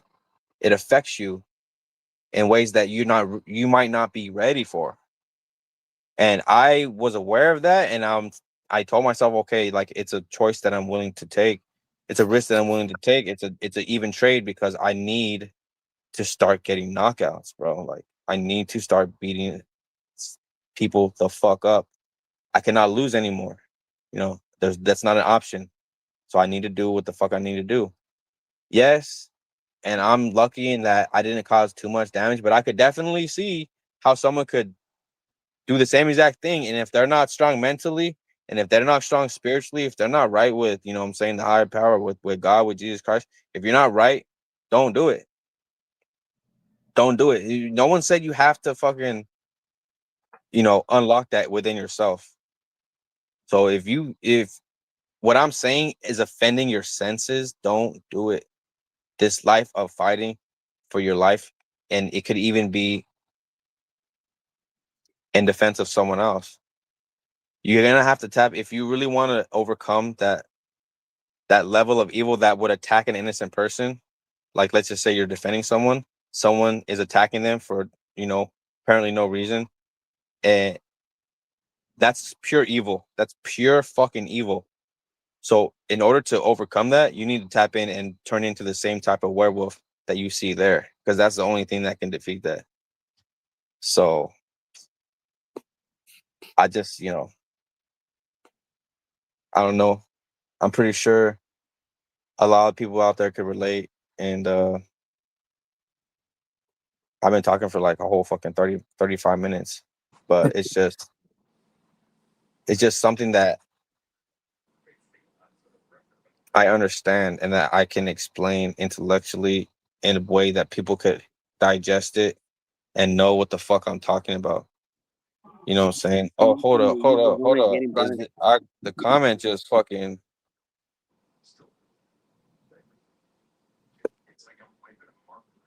Is there a date for the next event? I've been training for Bates. Oh, this is Dre. What up, Dre? Hey, so Bates Brawler is the current light heavyweight champ. He Oh, that would be a good fight. Is it too late? Hey, send me a DM right now, and I'll shoot you the link. So he's gonna fight Dre on the next one for the bout. So did y'all see that fight? Yeah. The base brawler. Yeah. Yeah, I watched that fight. I watched that fight in person. That was a good ass fight. He has the same problem as me, bro. I could kind of see Not the the same, similarities. not Yeah, the same problem. I can't say the same problem, but I could see that he's tapped into his evil. I could see that shit. I could hear it in his voice when he swings and when he cracks. I can hear it in the crack of the punch. you can see in his demeanor too, like the way he fights. Yes, yes, that's everything that I've been talking about this whole time. He encapsulates it perfectly in the way he fights, and I noticed that shit right away, bro. Like once you've been there, you recognize it right away. And the Mhm. opposite is true for the homie he fought. He's very above. I don't think he would ever even consider tapping in. From just meeting him and talking to him, he seems very, Yeah. positive, happy, which is good. You know what I'm saying? Confident, Mhm. all the above. But I don't think he would ever tap into the evil that Yeah. me and Bates are tapped into. You know what I'm saying? And not on purpose, at least. Not on purpose. Hmm.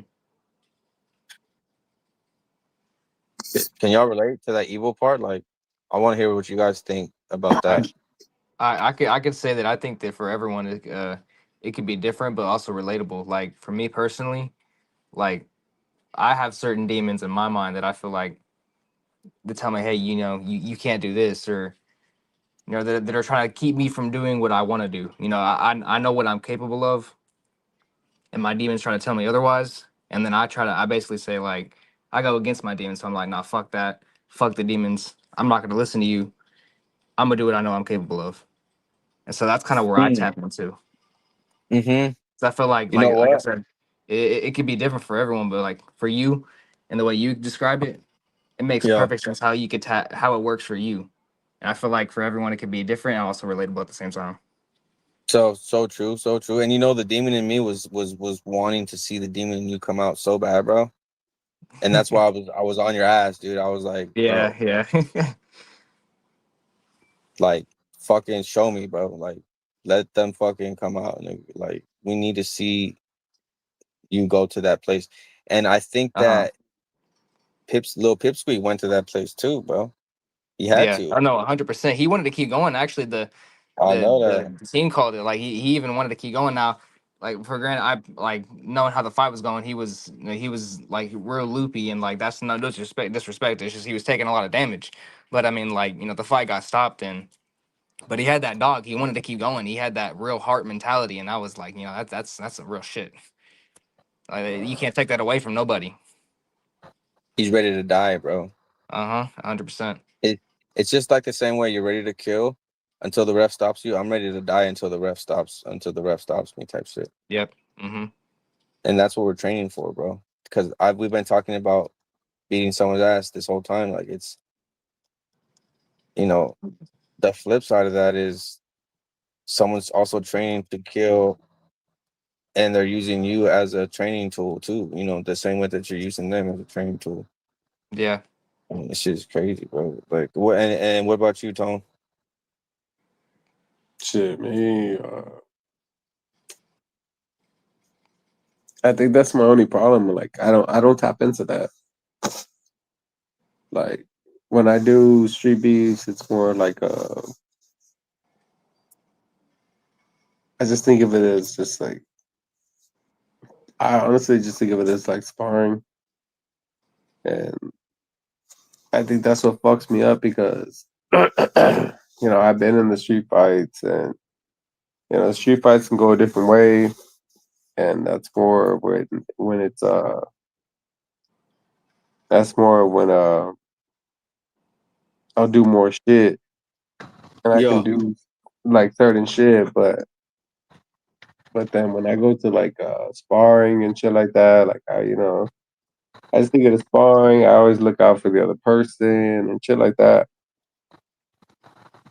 So I think that like fucks me up, and like I've been trying to get away from that, but I just haven't had the opportunity to do it.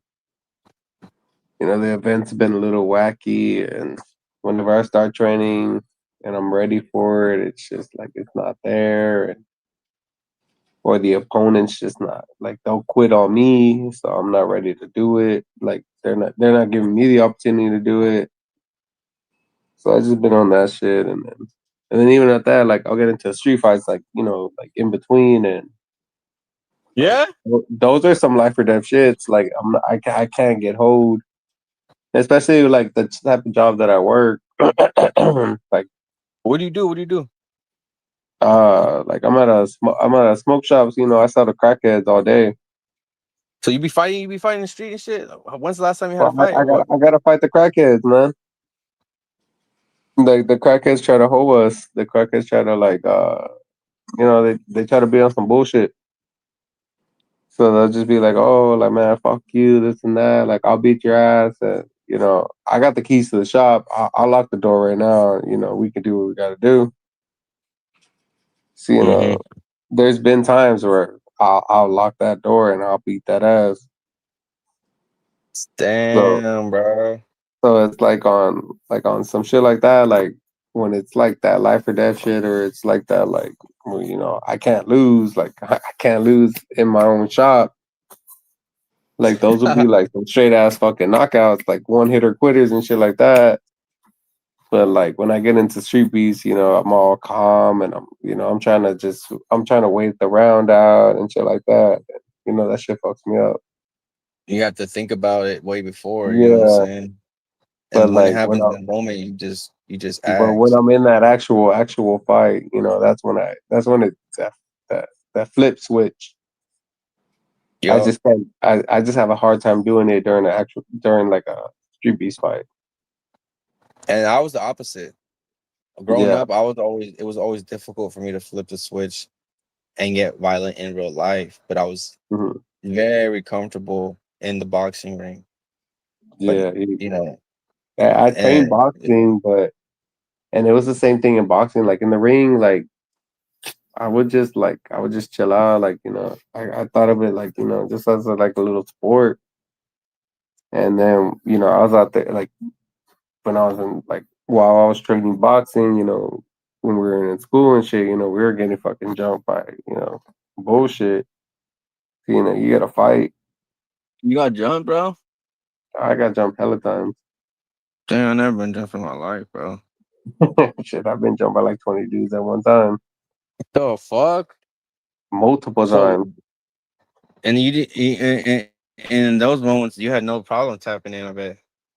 Yeah, like you just like there was one time where one of my boys he dropped one dude who's like we're like 16, 17. He drops this like 20-year-old dude, and this 20-year-old dude has like two of his homeboys with them, which are like like 30-year-old dudes. And so he drops them and they start jumping my boy. So I just got like, fuck it. Like I gotta jump in. So I just swing my Fuck hardest. yeah, I dropped the biggest one they got, like the biggest dude there. I fucking swing as hard as I can. I drop the fuck out of him. I end up getting jumped by like 20 dudes after that. I ended up getting jumped bruh. by our high school basketball team at that. The whole Damn. team? Yeah, the whole team was cool with that older dude, and like it was some shit. It was some weird ass shit. Like, I mean, I kind of instigated it because like I like that older dude was talking to the high school like basketball team, and I was like, "Hey, my boy wants to fight you," and he's like down the street, and they're like, Uh, "Oh, for real?" I was like, "Yeah," and he's like, "All right, bet. Tell him I'll be there right now," and I was like, "All right, bet. I'm gonna call him." So like we pulled up and shit, and they all came. So like when their boy got dropped, and then I dropped their other boy, they beat the shit out of. Well, they didn't beat us. They didn't beat our ass. Like we were fucking. Like we were still swinging, but like they were all swinging on us. So yeah, yeah, like it was uneven for yeah, it's sure. uneven. It's like there's no point in trying to like fucking like I'm just trying to get away the whole time. No, for real, bro. But I never yeah, been like jumped before, so I can't even fucking relate. oh But no, I'm glad. I'm glad I haven't. But I mean, hey, if I was getting jumped, bro, and I was by myself, you know I'm about to run away, dog. Off top. oh no, yeah. That's not even running away. It's just like at least getting to where like you can catch them one on one at least, like where you can throw that one hitter quitters at them. Yeah, because at the same time, your boy's there. You can't just leave him. You know what I'm saying? Yeah, and that's what we were doing.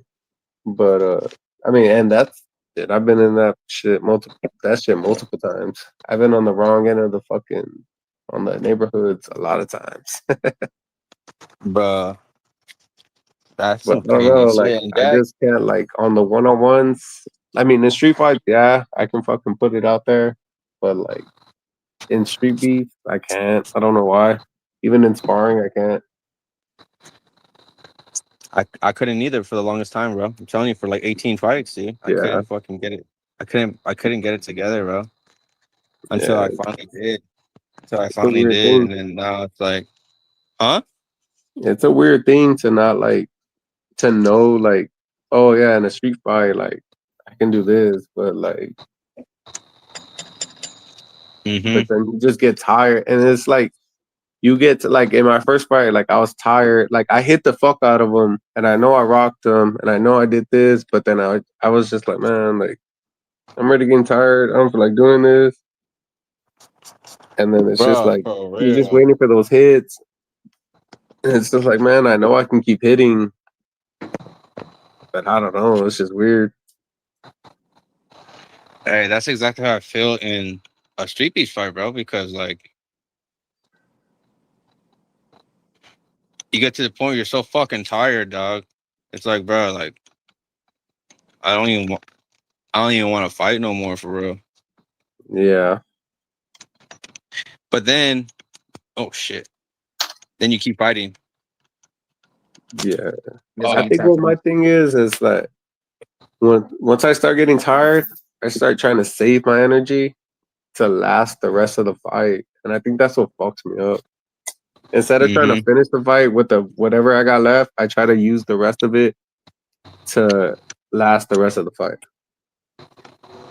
And that's in real life too. Oh no, in real life, I'll grab a bottle or I'll hit you in the nuts if I got to. But that's the thing, like in real life fights, my fights have never lasted that long. My fights have always been like mostly one hitter quitters. See, that's dope because I've only ever had two fights in real life, and they were with the same dude, Mm. and they were not real one hitter quitter fights at all, bro. Most of my fights like have been like in high school they were like whatever, like it's just swing, swing, swing, and then one of us is gonna get jumped eventually. So For it's not real, no fucking shit. But then like I've been in bar fights and shit like that, and bro. Bar after high fights is school crazy work, bro. What the and bar fights fuck? like that are like fucking straight one hitter quitters. And it was after a couple bar fights for that's why I went into my first Street Beefs fight like. Oh, like I'll probably just I can just go in there. Like I was like, I'm gonna just train a little bit on the bag and but fuck no, I Mhm. got tired. I was like, fuck. But like I mean I had That's been exactly in what a happened to me, few bro. like the year before that, like just a year before that, I had been in a few bar fights and they were all one hitter quitters. Like older dudes, younger dudes, they were all fucking but when it comes to that, like whenever I just like I guess because maybe because I'm fucking drunk and I'm just swinging as hard as I can back then. Yeah, could be because I know that when you drink, your muscles are more relaxed, and so the more relaxed you are, the harder you can actually hit type shit like Yeah. that. And maybe I just feel like I just hold back sometimes. Because I know, like, I used to do boxing a lot and I would always hold back a lot. Because I was taller than a lot of people. I was always tall. So I would always, like, See, fucking. yeah, So I think yeah. that just fucked with me mentally. Oh, thank God. Mm, you know what? Be be grateful though that you've gone this long without tapping into that evil, especially because you haven't had a reason to. But now it's like I think if you are gonna make that decision, don't go 100% like I did, bro. Oh, yeah, You know what for I'm saying? sure. Take it into sparring. Give yourself a couple. You know what I'm saying? You want to allow them to take over very slowly, so that you're used to it. Each level that you get to, you need to build a tolerance. And here we go. Dre, he says, God is who gives me strength. And one thing I can tell everyone is who is a non-believer is bet against him and you will lose. And I love that comment because I feel the exact same way. The exact same way. 100%. And that's why I say it was never my intention to walk with this evil in my daily life. But I went all the way unlock 100% to start with. You know what I'm saying? Once I figured out how to unlock it, I went all the way with it, having no Yeah. tolerance. So you want to build your tolerance up and allow yourself time to boom. The first time you ever decide, okay, I'm gonna get a little mean on this fight. You know what I'm saying? I'm gonna get a little mean and I'm gonna have some, bad intentions, but nothing too crazy. I don't give I would just say I don't give y'all the permission to go 100%. I give y'all permission to go 5%. That's how I'll be telling my demons inside myself. You know what I'm saying? But no, the day before I went to the fight, I was like 100% all in right now. Let's go 0 to 100. in one train of thought, and so I fucked myself up. But it's good though. It's good. You know what I'm saying? Because now I'm leveling out. Mm. Sleepy, are you still here? Yeah, yeah, I'm here. No, I I know like it's hearing the getting you too. experience. I like hearing the experience from y'all because like I kind of have a little bit of a different but similar experience, and it's like I just like for my first fight, I just kind of like I walked in there. I didn't really expect anything. I just barely trained, and then I just walked in there and had my fight. And then my second fight, when I got my knockout, like the one that just got posted on the actual Streetbeefs official, like Hell yeah. that one, like it That was shit was completely clean. different. Like the preparation, like that was the hardest I I need ever to see trained it. for a I need to fight. see it. I haven't Yeah, seen it. yeah, it just came out on the Streetbeefs official. But Yeah, When? 'cause you recorded his first fight, and if you see his next fight after that, man, that shit is clean. like during Hey, that The and preparation, that was transition the from that hardest shit, that was the like hardest this, I ever trained. And like I realized like before then, like every day I even visualized it. Like it was crazy. Like I visualized like every day I'd spend like at least 30 minutes just meditating and like thinking to myself like what I'm gonna do in the ring and like yeah. getting that knockout. And you know, I went in there in that day and like right before getting in the ring, like the only thing I thought in my head like was I'm fixing to go to war and I'm gonna take this dude out. Like there was nothing else in my mind. And you know, I went in there and I kind of was a little bit slow at first, but everything he brought to me, like it didn't affect me. And all I got to do was land that shot. And you did that And shit hey, 2 times already. and it yo, was easy. Like I was kind of like I said, I didn't like how slow I was, but I was kind of studying him and like every time I threw a jab or threw anything, I saw he would drop his hands and everything. And all I had to do was just keep looking. And I was like, all right, all I got to do is throw this overhand. And that was it. I didn't even got to pull full or like put full power into it. I was just looking at the shot and it was there. yo, and you know, for me, once I unleashed the dog, the hellhounds, the three-headed dog, you know what I'm saying, the three-headed pit bull inside of my own being, it's like I wasn't trying to learn him, bro. He was trying to learn. He was trying to learn how to survive in those moments, how to actually survive in life, because they were trying to they were trying to kill him, bro.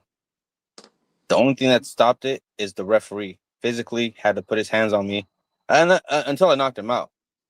Obviously, Yeah. I saw that he was quote unquote dead, and then instantly I turned my attention to the camera. I started screaming into the camera. You guys seen the golf club guy who takes his shirt off? He's like, "You see that? You see that?" Fucking shit stain. Shit. Hey, have y'all seen that meme though? I think Yeah, that's I the seen the first meme. That that's the fucking first golf thing I ever dude. saw of you. Actually, that was the first fight I ever saw of you that went viral. It was that clip. It was like you see that this is the dude who been to heaven, baby. Or like it was something like that. Like I remember it a little bit. Yeah, Hey, exactly. how did you see that like a week or like how long ago did you see it before you said it in the video? Shit, probably 7 months, Damn, so that was just in your head. bro. Because I was like, I want to say something. I want to say something, and I Yeah, want it yeah. to be, I want it to be fucking good as fuck and juicy as fuck. So I'm like, thinking about all the memes. And the one I think it had just come across my timeline again, like that day or the day before or something. I was Oh, okay, probably okay. on Yeah. Instagram the night before or something. And then I was like, okay. So then in the morning, I took off super early from San You just Diego had to that in your AZ. head, right? No, dude. The whole time I was driving, I was screaming in my car, rehearsing exactly how I was gonna do it in the camera. I was doing it in my car the whole fucking drive for like 4 hours, Wow. bro. Yeah. And I still fucked up the lines a tiny bit, but I got the No, message it was across. You still know what I'm saying? yeah. Yeah, I was And always so that's why wondering like, whoa. you do, because that's why when I saw his lifeless body laying there, it was like I didn't waste any time. Yeah. It I was made like sure he right was after. done. It was like you had Yeah. just said that and you were just like, this is it. This is the moment. And you can see me look like Yeah. I didn't know what was going on. At first, I didn't know when he was falling through the air into the wall. It didn't register that he was knocked out. So even when he hit the ground, I was like looking at him like, what the fuck? You were And I waiting was for like, oh. Wedo to be like, hey, that's it.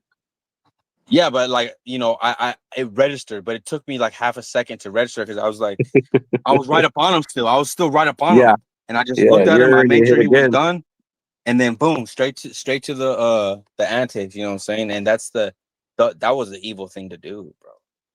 Super evil. Yeah, it was straight. That was a dark diesel right there. Yo, that's where evil Diesel comes from. Like I've always called myself Evil Diesel, but in that fight is where I finally got to show exactly what Evil Diesel looks like. Like when they go Yeah, Super Saiyan, but they're like an evil version, you know what I'm saying? With the red yeah. eyes and shit. And That's me right there. we wanted to see that with Little Mac. And that's what I'll give him if we ever fought again. That's I, what I, I'll give him I if know we all I ever know fight all your again. fans, all the Street Beefs, West Coast people, they all wanted to see.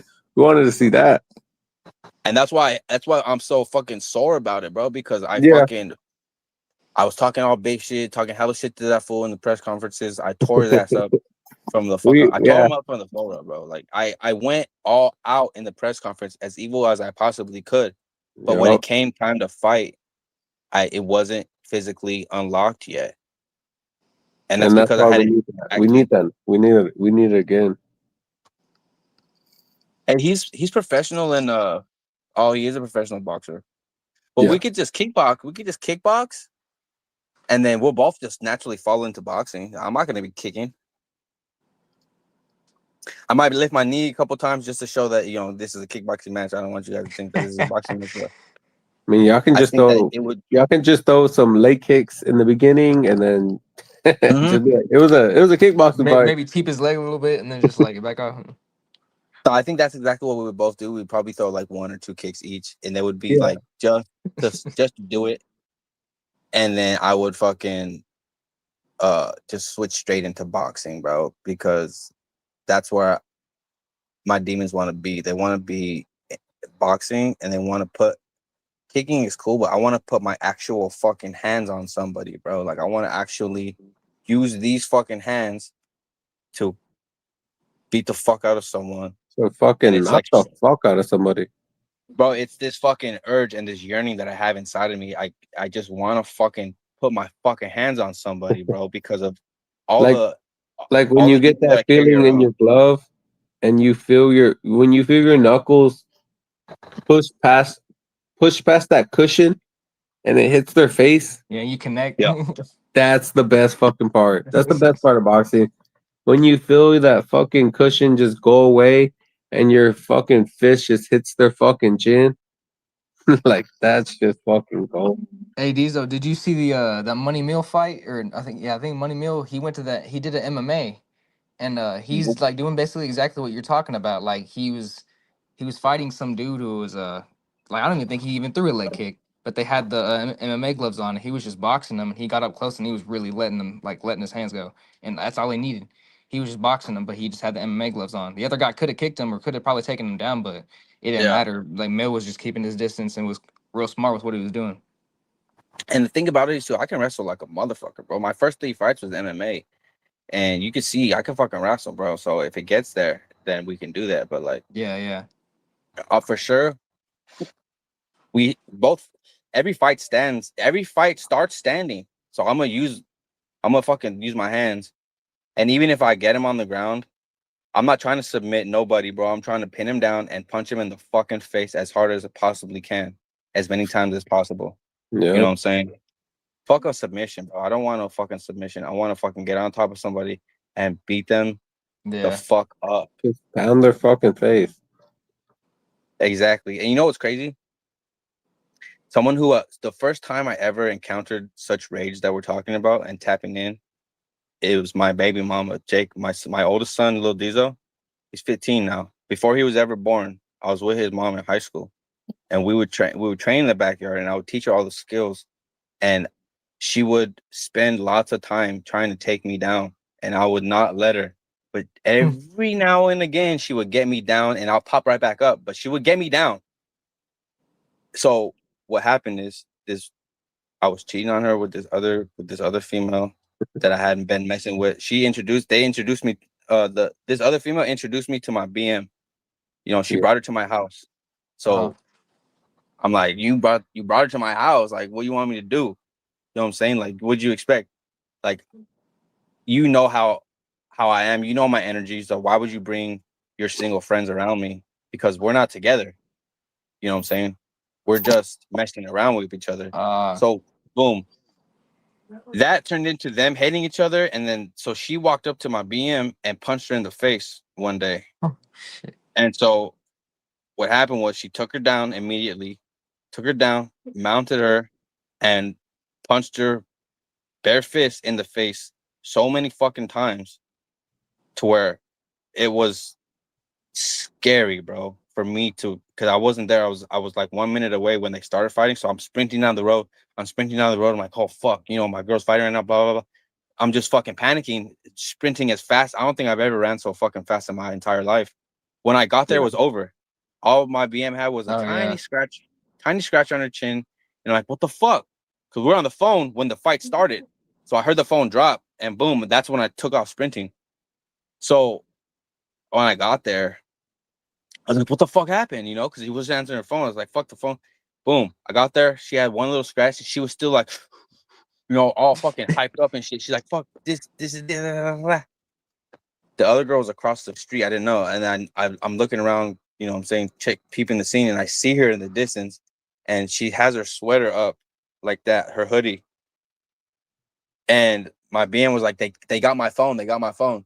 So, boom, we ran across the street. And I was like, hey, I had brass knuckles at the time. And then I was like, hey, whoever has Jessica's phone needs to fucking get that shit up right now because I'm about to really do something bad. You know what I'm saying? So they gave it up immediately. Boom. But going through all that, I was able to get close to the other girl and see her face because she had to talk. She's like, I didn't take your phone. Well, I don't have your phone, blah, blah, blah. And I was like, somebody has the fucking phone. So while I'm talking to her, I'm looking at her face, bruh. Especially seeing that on a girl that, you know what I'm saying, I at one point had some type of feelings for and was intimate with on, a deep level. I was like, fuck. That shit is hella fucking scary. And I think that might be part of the reason why it was so hard for me to tap in myself, bro, because like it, and even talking about it now, I can remember what it felt like to be in that moment. And it's like, I'm actually feeling scared while I'm talking about it. Like, cause I can remember what it felt like. That shit was so fucking bad, bro. Her whole entire face, every single part of her face was bruised or bloody. Her lips were completely swollen. Her face was already swollen to a fucking blimp. Already completely unrecognizable. And she hit her so fucking hard so many times, bro, that boom, the first one's a knot, right? And then boom, the second one, you're punching directly onto the bruise and nonstop, bah, bah, bah, bah, bah. And then it's just getting worse and worse with every single fucking punch. So that was the first time I ever experienced that type of rage, anger, and she just had it in her. I didn't have to explain any of this shit to her, bro. She just had it. Once I gave her the tools and someone gave her an opportunity to unleash it, it's like, oh, you want to punch me in the face? Good. Now, thank Now you. I got Because it. now I have it. Now I got I a finally reason. have a chance. Exactly. I finally have a fucking chance. And you're giving me that. And it's a gift. So thank you. You know what I'm saying? And I'm sure she's carried that throughout her whole entire life up to now. That was like, over 15 years ago. But I'm absolutely positive that from that moment forward, she's carried that around with her. So when she deals with people, she already has this type of like, I'm not afraid to speak my mind in exactly the way I want to speak it because I know that if we fought, I would fuck you up. Oh shit, what's up, Wedo? Hey, speaking of Wedo, remember that day that I unlocked the demons and we were talking about it after the fight. Me and Wedo were talking about it after the fight. Hey, Wedo, if you can come on cam right now, I would love that. Just send me a Bro, that'd be personal lit DM real quick, if and Widow came I'll on. send you the link. I would really like you to come on right now. So he told me, bro, be careful. He told me too on that day, be careful because that shit is hard to turn off. And I heard him. Big bet, hang tight. He's gonna hop on. And I Hey, heard him say that, yo, um, the one fight that I'm gonna have when I fight Shamar, Yeah. that little bitch. Like that's probably the only fight where I'm gonna be like, man, like I don't give a fuck, and I'm just gonna fucking be swinging. What happened with the beef with you and Shamar? Like I know he had Yeah. some beef with what's his name with He had a beef with a the lot one of they had people. the actual beef fight with. But what's up He with you had and Lamar? he Because had y'all beef made a fights with a group lot chat of and people. everything about him. Or I saw something like what's going on? Nah, like even with me, like the like it's stupid. Like the only reason he started a beef with me was because like it's so stupid. He put in the chat in our group chat in our Dirty South group chat. Yo. He's like, oh yeah, like a bunch of my people keep telling me I need to call out Jake Paul, and this was like a couple years ago. Shut the fuck up, bro. I Like swear to actually God, call it like beef I out swear Jake to Paul? God, like this is what he said. He was like, a couple people keep telling me I need to call out Jake. I need to call out Jake Paul, What the hell? and I'm just like, Cap, I'm like, bro, cap, like, cap, and cap. I wasn't even active in the chat.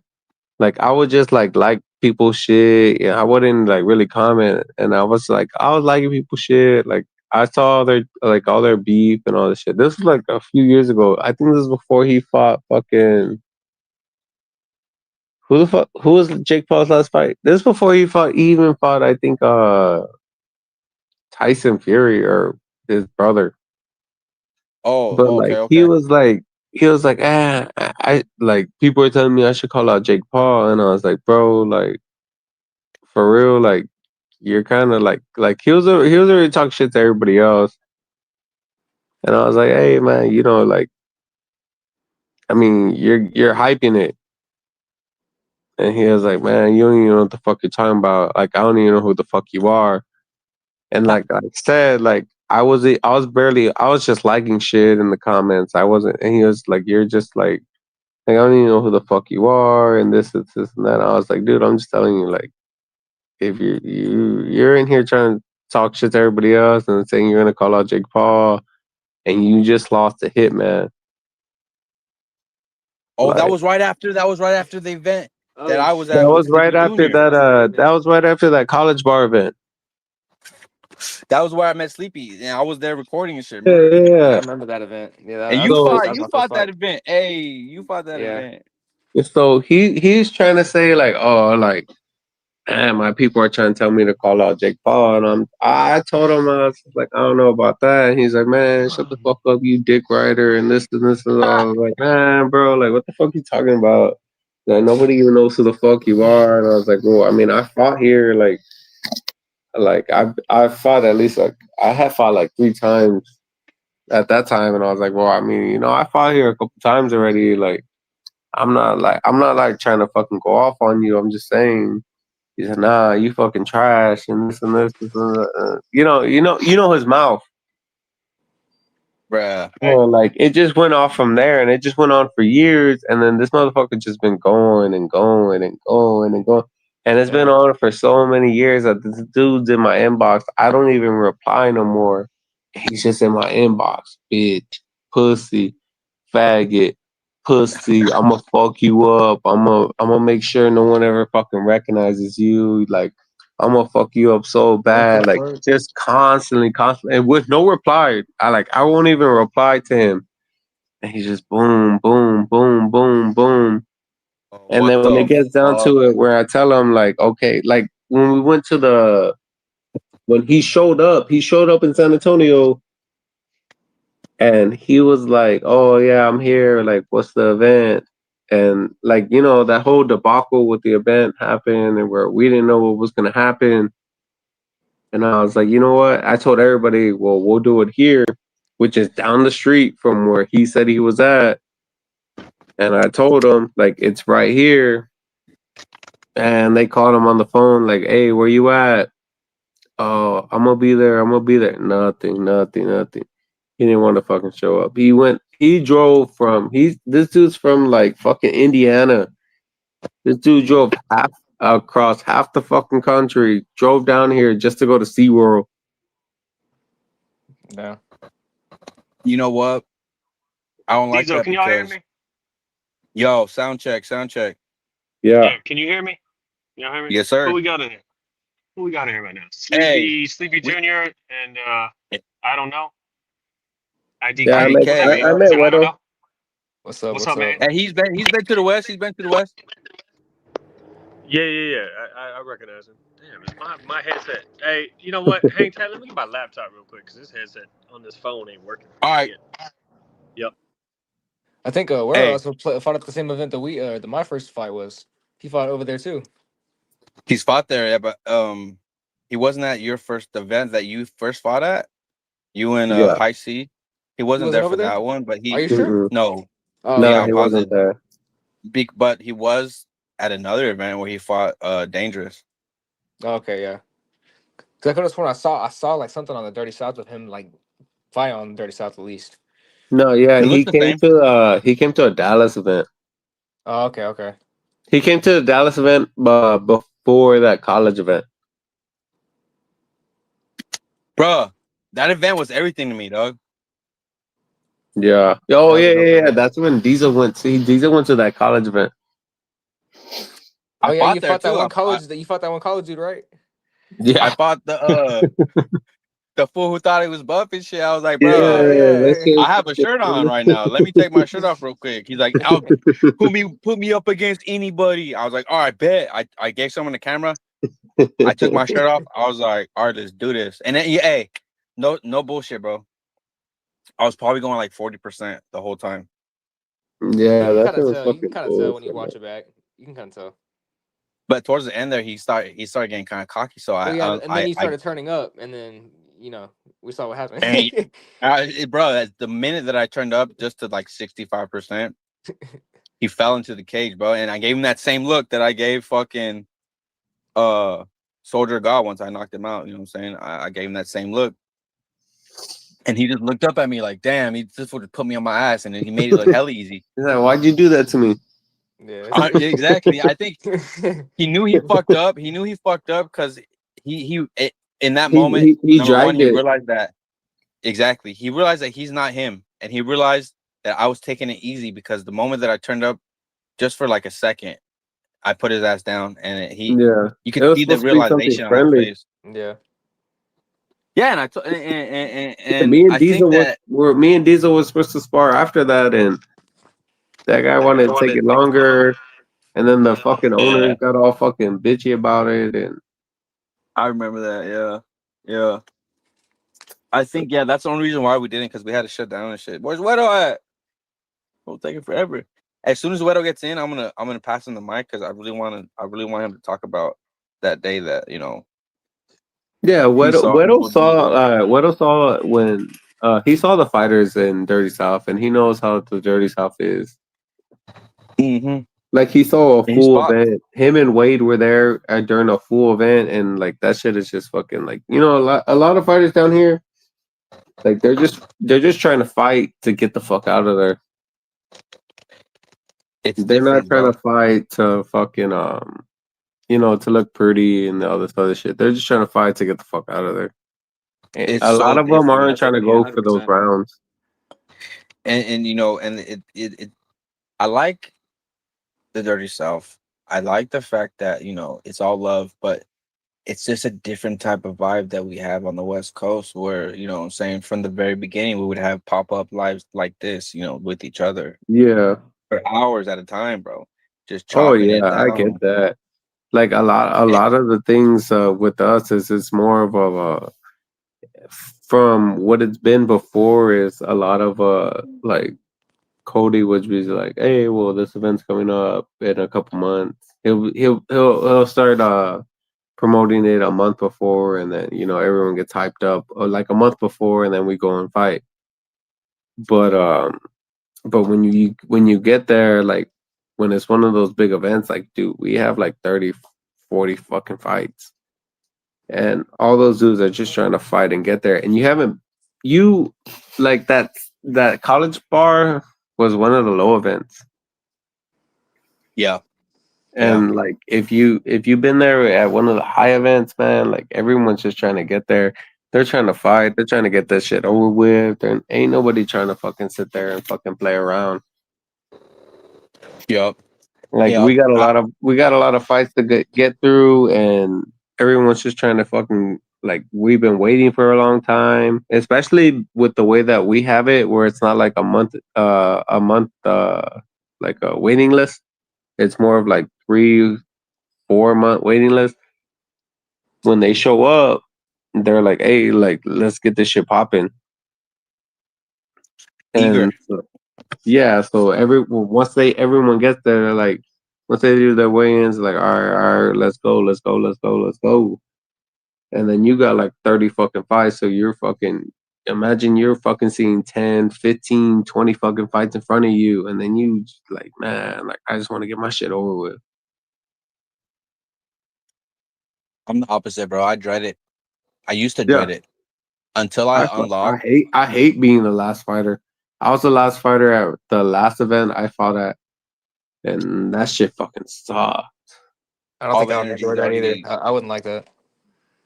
That's why I like that small event, bro, because the energy stayed fresh for the whole time because it was a real quick thing. You know what I'm saying? Yeah. But when you're at those big events and you see 20, 30 motherfuckers fight and they're fucking fighting, and then it's hot. It's hot. So, Yo, you know, there's people quitting. There's people quitting because of the heat. There's people fighting in the heat saying, like, man, I'm just going to fucking do it. And then they just get TKO'd because, you know, sometimes they just get TKO'd because of the heat. yo, it'd be like And that, it's right, just Widow? fucking. Sometimes And What Weddle could the speak to Heat? that. Weddle could the speak to heat. that. So a Dirty South Oh event yeah, where it's just fucking like these bro, motherfuckers are fighting just to get out of there, bro, that shit was wild. Like I legit right? thought two people were gonna die from heat exhaustion. Exactly. Like it's I can't just remember who it was, but there was one cat. Me and Dangerous carried him off into that little room that they were letting us use, and he sat And there had for your way. You guys probably. had your way with him. You had your way with him. You Yeah, freak. I took the top half. Dangerous took the bottom half, they and we they took and we they brought took him back Vaseline. to They were life. asking everybody for Son, Vaseline. I was like, why are you asking for bro, Vaseline? exactly, Like, because we had to don't worry bring him about back it. to life. We had to bring him back to life, man. You know, there's nothing that will wake you up quicker than just a nice quick Just the DP. pop in the butt. Yeah, You're like, but oh, no, what the fuck? we took him back there, and he was there for probably 3 hours, just like out of it and dazed. And he never even really got hit. He just overexerted himself. And I remember the It was just showers. You were hot. right. It was Yeah, it hot. was hot as fuck. We were dragging people into showers, and they were hanging out in showers. It was great. It was Yo, great. Street Beast 1, Chris Seamoss. He never came back. After Hmm. this dude was so heat exhausted, he fought in sweats and a black shirt. And mind you, it was 108 degrees when he fought. Yeah. Mm, This dude was literally, he couldn't even move, bro. Like, we had to pick him up and put him in a literal cooler full of ice and water. that's fucking wild, bro. He That's might have wild. died, bro. To Yeah. be honest, I never heard from I him. didn't- Bro, hey, when this little caption down here, Streetbeefs West Coast Champion Hall of Famer, I literally read that and I'm like, that's not me. We need to wait a minute. That is me. It took me a minute to realize. I'm like, you put that in there, didn't you? Because I didn't put that in there. It took a second to realize that is me. That's me now. I'm an old That man was champ, but I'll take it. That was Daniel. That was Daniel because I didn't edit that at all. I think your Is past Daniel name producing? it saves. No, but Oh, it saves. It saves. oh, gotcha. Okay. Yeah, I didn't know It's that. just I preset. haven't seen it It's before. just a Yeah, preset. yeah, okay. I haven't seen it before. Maybe it's because I'm logging in from my laptop and it might be logged in. Okay, that makes sense. So yeah, you had an Let's go event for a little recently, bit. huh? Did it pop off? Was it solid? You muted, big dog. Yeah, my son had just called me, so I was just talking to him real Oh, quick. gotcha. Okay. So Okay. I'm so sorry. I missed what you said right before that pause of silence. Oh no, I'm talking about your event. Like you had an event. I'm sure you've talked about it already. You spoke about it already, but did it go off? Did it go pretty well? Without a hitch, bro. Nice, bro. Without Fuck, a yeah, hitch. that's awesome. It was just like being at a West Coast event. It was so familiar. Mhm. It felt, I knew exactly what the fuck I was doing. Mhm. Sleep could tell you, bro. I ran that motherfucker. I enjoyed it. Hey, Good. That's and dope. the one thing that I kept stressing was the fact that this is a real fucking fight. You know what I'm saying? And I was on the fighters too during the fights. I was right there, right behind them, like telling them, like, fucking turn that shit on. Wake the fuck up, gentlemen. Let's go. Like, wake the fuck up. Just forcing them to get aggressive. I love it. I Like you're was not yelling fighting your at own them. in the dirty Texas South. heat. You're gonna In go the hard, or you're gonna Texas go the heat. fuck home. Yeah, in Texas heat. Bro, and the thing about it is too, I was wearing my Leatherman.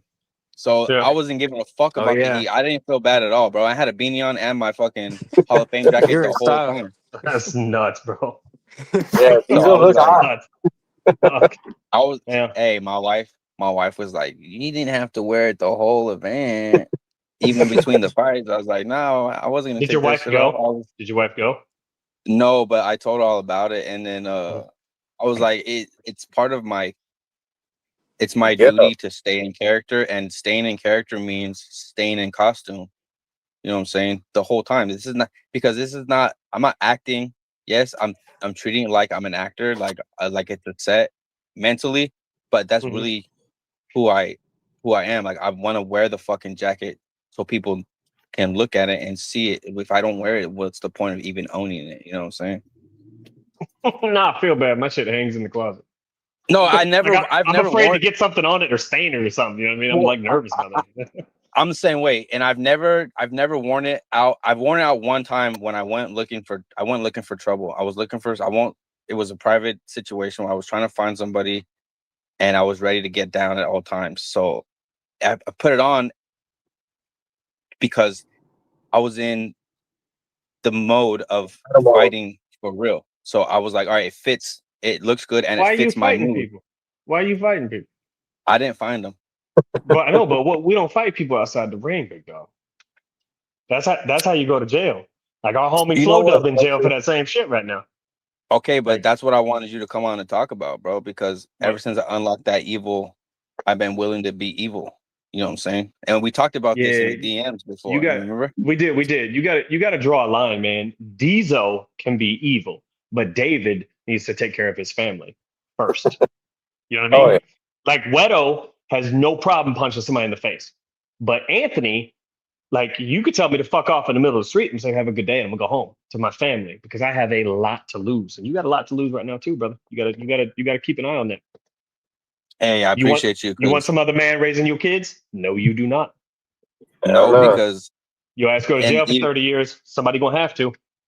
even more than that, I don't want another man touching my girl, bro, because I'll fucking break out Not of if you in prison, jail. and then I'll break out of prison, bro. I'll break What you out. gonna do? Hide in some cake or something?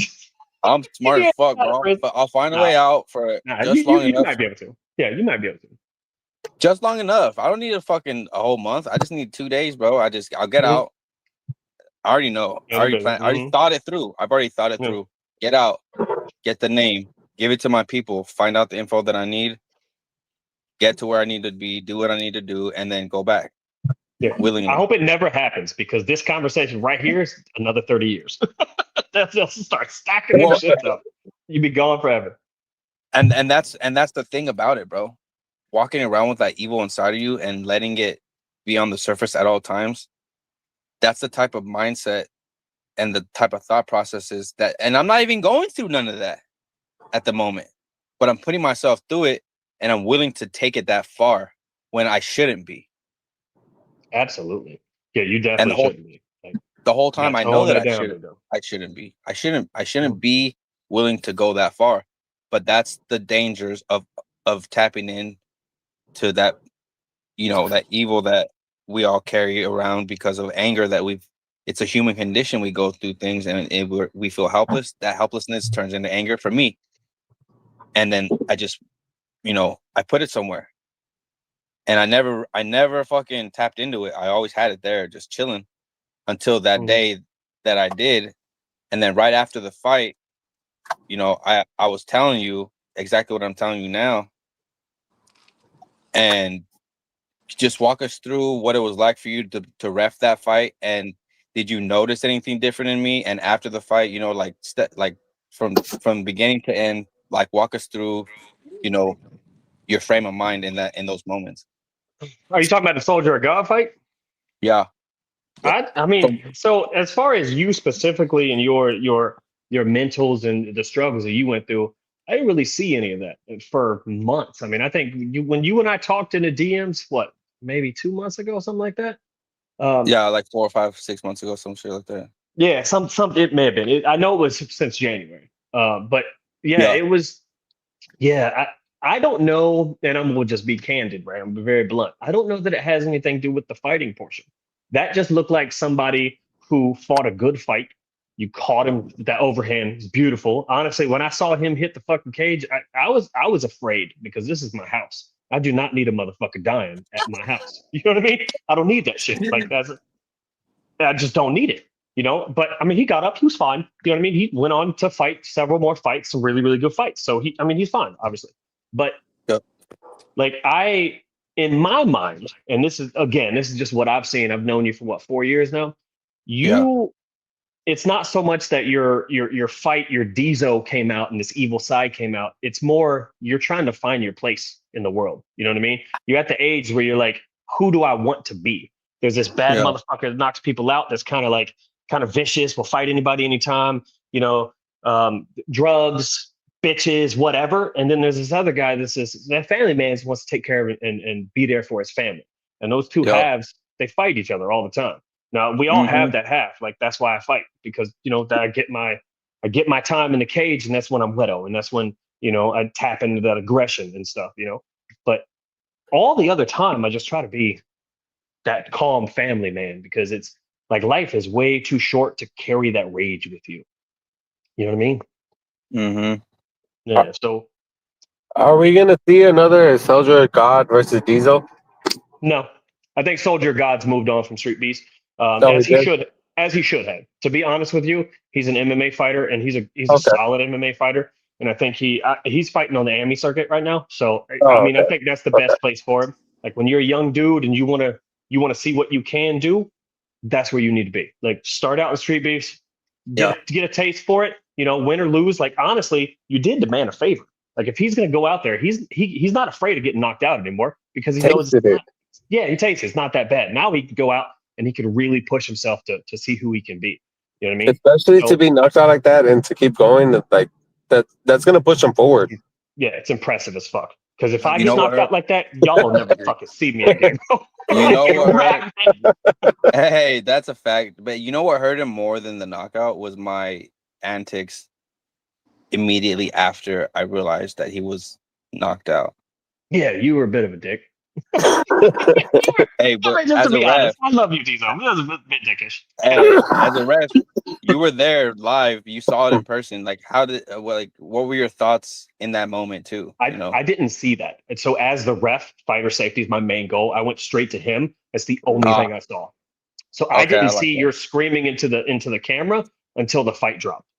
You know what I mean? And I heard people Got talk you. about it. Like Diesel just went off afterwards. And I was like, all I saw was him. Please don't die. Please don't die. Please don't die. Please don't die. You know what I mean? Like that's my only Can't thought. blame Is you. like, Can't blame you. yeah, because again, this is my house, and that shit is scary. You know what I mean? I'm sure Free Smoke was thinking the same thing in August. You know what I mean? Like, fuck, Yo. don't die.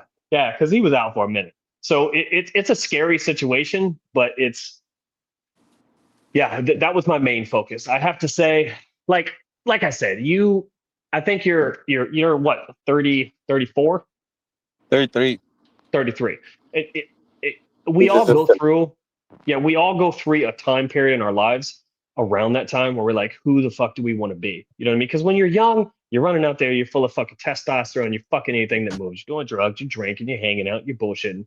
And then you kind of slow down just a little bit. And she's like, all right, who now I have a career I can look at. I have family I can look at. I got all these other aspects of my life that are kind of popping up. And so it's like, who do I want to be? And that's what I've seen. I've seen that struggle in your own brains. Like, who do I want to be? And like I said, we all go through it. I went through it real heavy. Yeah, and it's been like a good while since we've had that conversation. That was already like a year and a half after the Soldier of God fight. So It was, yeah. it's taken So me a how is little that going? bit. How is that going? Like, how are you and the wife? How are you and the kids? You got a new baby? You know what I mean? Okay, Or they used to be, anyway. I'm just gonna answer the question that you asked. I struggled for a long time with drugs, bro. I know. Drugs, cocaine We- specifically, Yep, we could tell. and that really fucking You know when they say, "Oh, things will get worse before they get better." Well, they got worse, Mhm. and now they're getting better. You know what I'm saying? And I'm assuming you're sober. Ish. Um, I mean, off I'm cocaine. sober.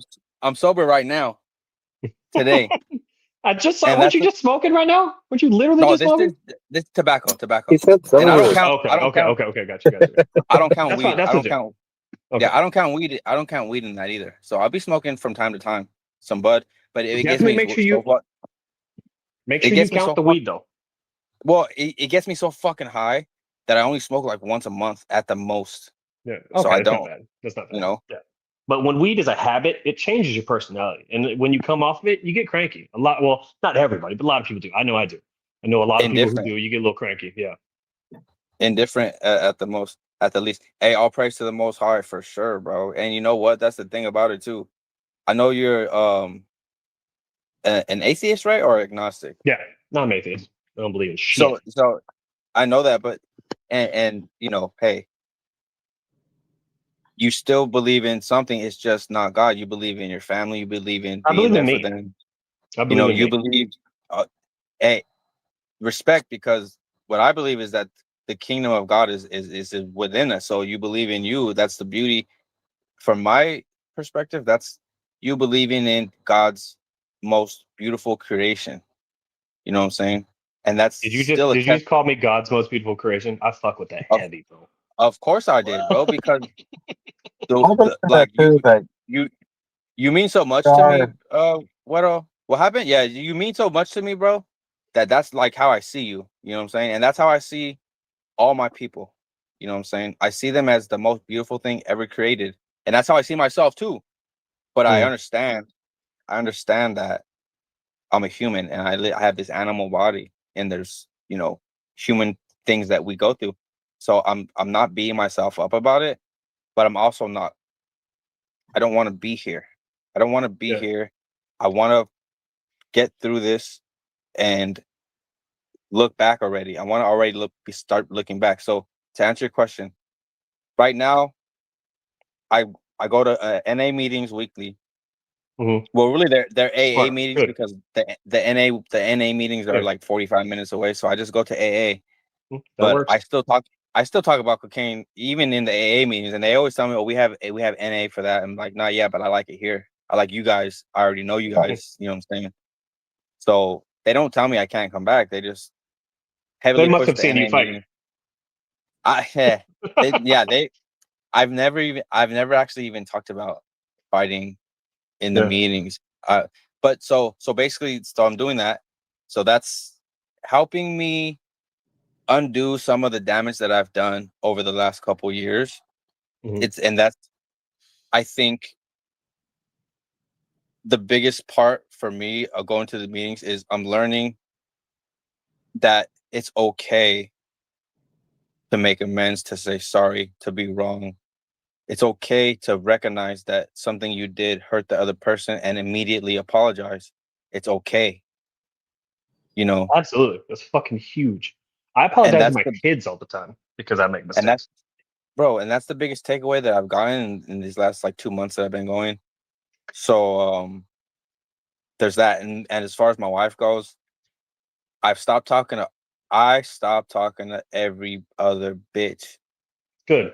except my wife. And now it feels like, you know, when you first get with someone and it's like all fucking super dope and brand new, Yeah. it literally feels like that all over again. And it's like it's so much more fulfilling than chasing, you know, intermittent altruism from these other females that don't give a fuck about me. They just want to fuck and they just want to, you know, string me along until they get tired of me. You know what I'm Mhm. saying? Which is usually pretty quick. Pretty quick. But like once they get to Plus, know you're me, married. Well, also, you're married.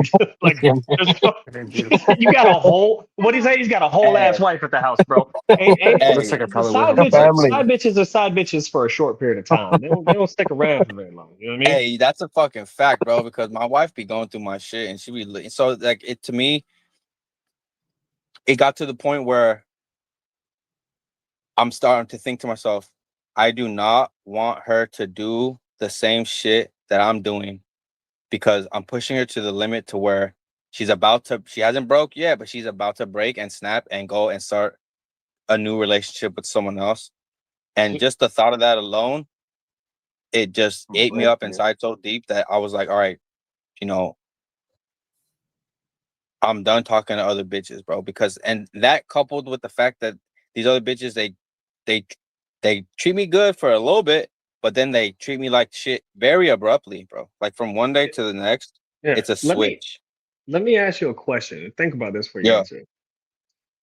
Why is the reason that you don't want to keep doing this so that your wife doesn't cheat and not so you don't hurt her? Like why is it I don't want her to do it is the reason that you want to quit instead of this person that is the mother of my child, this person that I love deeply, I don't want to hurt her like that. Why is there a difference right there? Because It's her crazy, not yeah. doing it to you is a selfish reason not to hurt her. But because you love her and you don't want to hurt her is the reason to not hurt her. You know what I mean? Does that make sense? Yes. And the reason why is because I can't stop unless I have some type of negative motivation. It's that deep for me. It's that deep for me. And even though this me refocusing all my energy onto someone who's going to give me the same energy back, and we have this agreement that I'm going to give you all my attention, all my love, and in return, you're going to give me all your attention and all your love, is because I couldn't stop. I couldn't stop. And I'm selfish. I've been selfish. It's a selfish way of looking at it. But in the end, the symptoms are the same, which is, and like I said, it's okay. I've learned that it's okay to be wrong. It's okay to apologize. It's okay to take accountability. So I know that it's wrong to do to her. And I know that I've caused lots of damage. And I can't repair that damage very quickly. But what I can do is stop causing more damage. Correct. And You know that's what I'm smart. saying? That's smart. But like I And said, that's my point is if the reasoning isn't there, it's not going to take. You know what I mean? Like you said, you've been doing this for 2 months. You've been doing the AA meetings for about 2 months. yeah. Yeah. Yeah. Yeah. If I were you, I would marinate on a deeper reasoning because I don't want somebody to do it to me.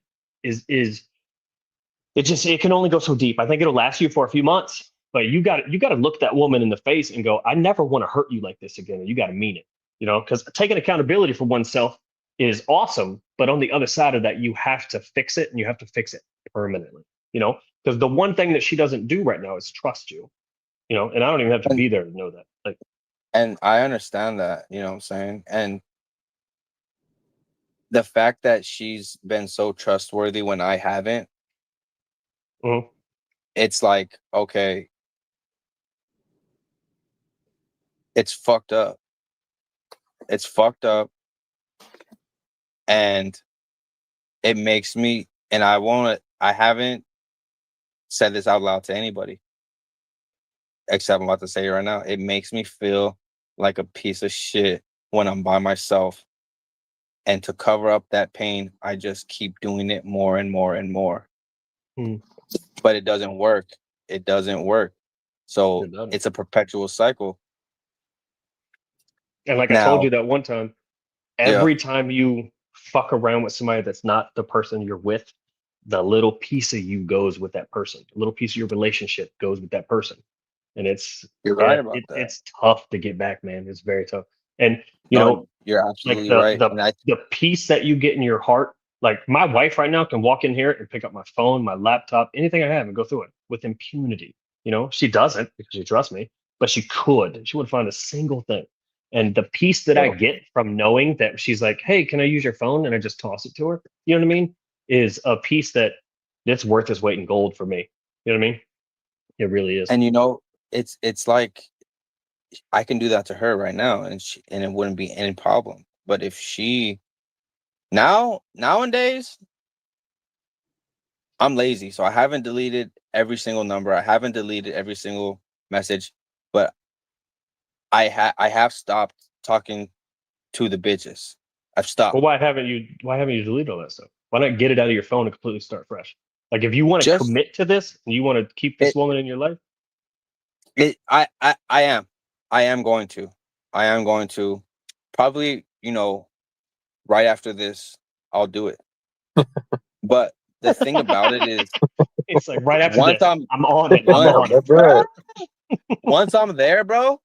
Once I'm there, how you say any point she can come and pick up your phone and just look straight through it. Mhm. That's something that I'm looking forward to because It's golden. Yeah. it is. It really is because it takes so much stress from me and from her because when I really hurt her and she starts crying, that's what gets me, bro. That's what gets Mhm. me. Oh, She's yeah. screaming, yelling, she's hitting me. That doesn't do shit to me at all. But what really, really hurts me on a deep level is when I see her lip quiver and she cries Starts crying. like a baby. She cries like a baby. But do you get a boner?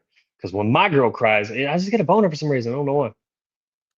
You ever get a Well, boner when they yeah, cry? You guys know what I'm talking. You got everybody knows. You guys the cry boner. You it's guys Yeah, know what I'm man, not talking about. it it's happens. You not know, so I don't much. know. yeah. I'm like, I That's don't a know where different this type is of coming cry. from. That's But a I different can't do type of anything cry. about it. Yeah. I don't get a boner when I see the hey, I'm gonna tell you the truth. I don't get a boner when I see the tears, but when I apologize sincerely, and I've only done it He one gets time, hard when he apologizes. That's and she amazing. accepts no, That's amazing. and she accept when I apologized, I've only done it once. When I apologized recently and she accepted my apology and she showed me that grace and that, that I didn't deserve and that real unconditional love that I know I don't deserve, it made me feel so light and I hugged her so tight and we fit together so perfectly that turned into me getting a fucking Exactly. raging hard. Yeah. That's a cry boner right there, bro. There's no other Yeah. yeah, that's a And cry boner. It's just the I didn't timing. cry. I Hmm. didn't cry, but I did have like what's it called? A small tear of You're tearing up a little bit. thankfulness Yeah. and joy, like pure joy and relief that she gave me such a chance because I've been such a fucking evil person. Yeah. And I so mean, like yeah, like yeah, I would just lean into just progress. Just lean in even 1% and a I am. day. You know what I mean? Yeah. I mean, it sounds like you are. It sounds like you're on the right track. But sit down and think about why you're doing this and really focus on it. I would personally say I think that. Oh, you're muted, Dizo. You I want probably to jump in and say the fact that you're. Oh, My bad, big dog. My son called me again. No, we gotta you close out. But yeah, dude, like, this is the type of shit, like I mentioned earlier, Sleepy. This is the type of shit that we do on the West Coast, bro. oh yeah, We just But we just Sleepy get was on about to live say with each something too. other. yeah. I was gonna say it's good that you're self-aware about that because you being self-aware about the situation is the biggest thing in being able to make progress. Once you're self-aware about it, you can make the progress towards doing what you want to do. Self-awareness is huge. Absolutely. And Like I'm kind when of a I dick. I know. Like I'm cranky yeah, sometimes. Yeah, and like yeah. I upset my wife today because I was telling a story and she interrupted me, and I was like, "Fuck," and I was just kind of a dick about it. Hey, But you're that dude on that short where he's like, again, I get interrupted again. yeah, and you know what? It's just because honestly, it's because I'm coming off of weed. After the fight, I spent 2 months just eating everything in the world and getting high as fuck and laying in bed and playing video games and bullshit. And I'm coming off the weed now, and I'm a little cranky. So Wedo, how's your cardio?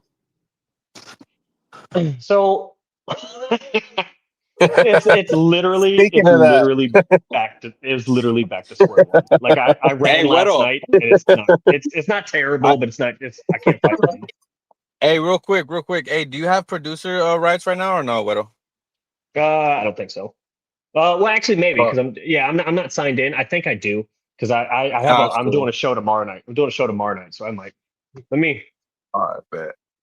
Yeah, because I need to go, and I don't want to stop the show, abruptly just because of me. So if Wedo can, stay on with you guys for like, a few more minutes or wherever, however long you guys want to stay on, like, I feel was gonna free. say You know what I'm I'll saying? probably need to go to bed pretty soon because it's already about 12 o'clock, so I'm probably about to head out. Well, let's All right, just bet. hear Well, let's. what does Weddle think what the Dirty South has to offer to Street Beefs? All right, he's gonna get back on right now, and we're gonna ask him that question to close out. All right, that Yeah, sounds good. yeah. That'll be a good one. Yeah, and like I was telling you just now, Sleepy, like this is the type of shit we do, bro. Like it's like it's not to me. All the podcasts, they don't really feel like shows to me. They just feel like chilling and talking with the homies. You know what I'm saying? Yeah. Here we go. No, yeah, 100%. I agree. Nah, I All right, won't. Wedo. It's Won't let me do it. definitely welcoming. That's fine. We're just gonna close, but Okay. IDK Tone had a question. Mhm. Tell him, Tone. What do you feel Dirty South has to offer to the Street Beefs? Oh, Jesus Christ. I think, dead serious, no bullshit. Dirty Yeah. South has the most potential of any of the branches we have. Dead serious. Nah. And the reason why I say that is because you got mutual combat laws down there. So you can set Yeah. the fuck up anywhere and do whatever the fuck you want. Not to mention the Texas culture is a fighting culture. Like the entire fucking state could join Street Beefs easily. You know what I mean? Don't Yeah. get me twisted. I hate Texas. I can't stand Texas, like as a whole. I've driven through it like 6 times. It's just fucking sand, bro. 15 hours of sand. It's annoying. Facts. I've driven through The it so many times people, too. yeah, the people are dope as fuck. Like I got people that stay out there, you know. So the Yeah. Texans are just dope ass people, and like the camaraderie that you guys have matches Street Beefs West Coast exactly. I truly think that Dirty South has tons of potential to be like a sister branch to Street Beefs West Coast. Lots of invasions, lots of crossovers, lots of collaborations, all that shit. Like you guys have a lot to offer. You Yeah. just the one the one piece of advice I'm going to give you as a branch, and that's not just Diesel. I mean, it's your entire branch. On some of the branches, Texas likes to shit talk. You know what I mean? I heard it when I got here. You just calling people bitch, pussy, blah blah blah, whatever, like trash talk. Yeah.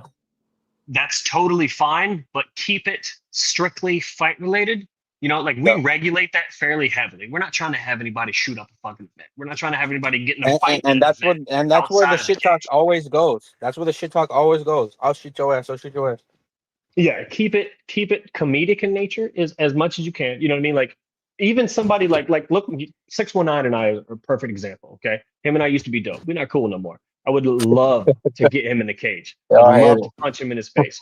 But I've offered a dozen times to get in there and he just won't do it. So I dropped it. You know what I mean? It is what it is. Yeah. I'm not gonna go hang out with him. You know, I mean, I'm not gonna message him and see what's up, and I'm not gonna keep hounding him. I'm not gonna keep making memes. I hounded him to get it done. He was like, March 2027, whatever the fuck he said. But he's not down to fight. He doesn't want to do it, obviously. So I let it go. It is what it is. If you want to hype a fight, hype a fight. You know what I mean? But with 619, he's still Street Beefs West Coast. So I'm not going to attack him anymore. It is what it is. Just if you want somebody in the cage, talk a little shit, see what happens. But don't try not to cross too many lines. Don't attack family. You know what I mean? Don't attack their fight style all you want. Attack everything about their fight game, how they can or cannot pull bitches, whatever. Leave the family out of it. And for me, playfully or let's see, maybe not playfully, consistently calling everybody names. You know, what I mean, I'll call 619 a bitch, but he's the only one. I'm not going to hit. You know, like I was matched up with Hitman Hamilton, and he dropped from that fight. You know what I mean? He couldn't make it. But I'm not going to call him names or talk shit or anything like that. It is what it is. Sometimes you can't make a fight, you know? Let people be who they are. Remember, it's a community of people who like each other that just happen to like to fight. Yeah. You know what I mean? Yeah. But you guys maintain that status quo right there, and you could be the biggest, most prevalent branch that Street Beefs has, period. You know what I mean? But harness that community, tag, post, you know what I mean? Do all the things. Yeah. But yeah, you guys are gonna be I real like good. that. I agree. Yeah, I and like we that. gonna I like invade that. too. Once you get up and running, you get a couple nice venues that you're working out of.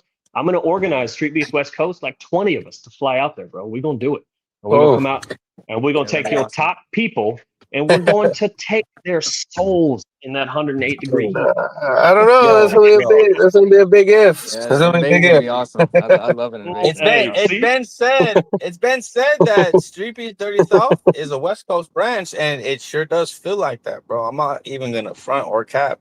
It feels It has, the same it definitely way has a that West it Coast. Yeah, it has a West Coast feel, but I would also take that, but market it Texas. Like whatever it is you guys have out there, whatever swag you have, market that. Okay, because you definitely want that. Yes. Don't We mimic just our got brand. that. We got that Oh, like yeah, that yeah. southern type of fuck you. Yes. Yeah. Yeah. And it's That's, yeah, that's what it is. It's like that southern type of fuck you, where it's just like, fuck you, but you know what's up. Mhm.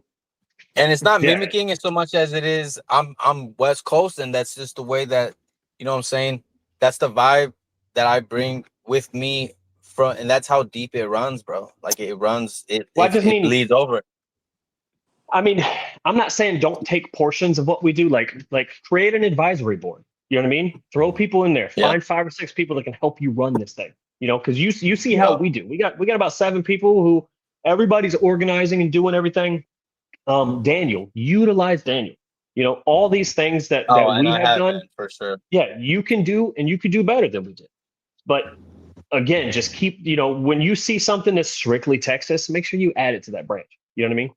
Hey, yeah, because you know what, and you know, Daniel made that reel, and he used a song that was perfect for that reel. It's like, bitch, I'm from Mhm. Texas. Everybody That's around me keep a big thing in Texas too. That song right there is a big thing in Texas. Oh, is that's a big extra plug? Big extra plug, Yeah. Texas. Yeah, I play that song All right. every day. That's on my That's gym like playlist. I that's bump like that a every. national anthem for us, Mm-hmm. Yeah, and Yeah. we take it to Hey. heart, and we'll take it to heart. Mm-hmm. Yeah, Yeah. and with that, gentlemen, I'm gonna end it. It's almost exactly 3 hours. Hey, Yep. I really appreciate all y'all coming out. I love y'all, and for anyone watching or what that is gonna watch, you know, stay tuned, because like what I said, bro, like we have a lot of potential, and I don't plan on, you know, standing idly by and letting my part in that go to waste. So I love y'all, and Yeah. y'all have a great night. You too, Thank brother. you. Have a great night too.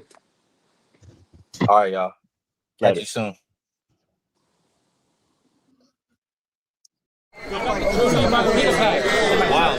Shout out to Hard in a Fight. If you haven't subscribed, what are you waiting for? That's right.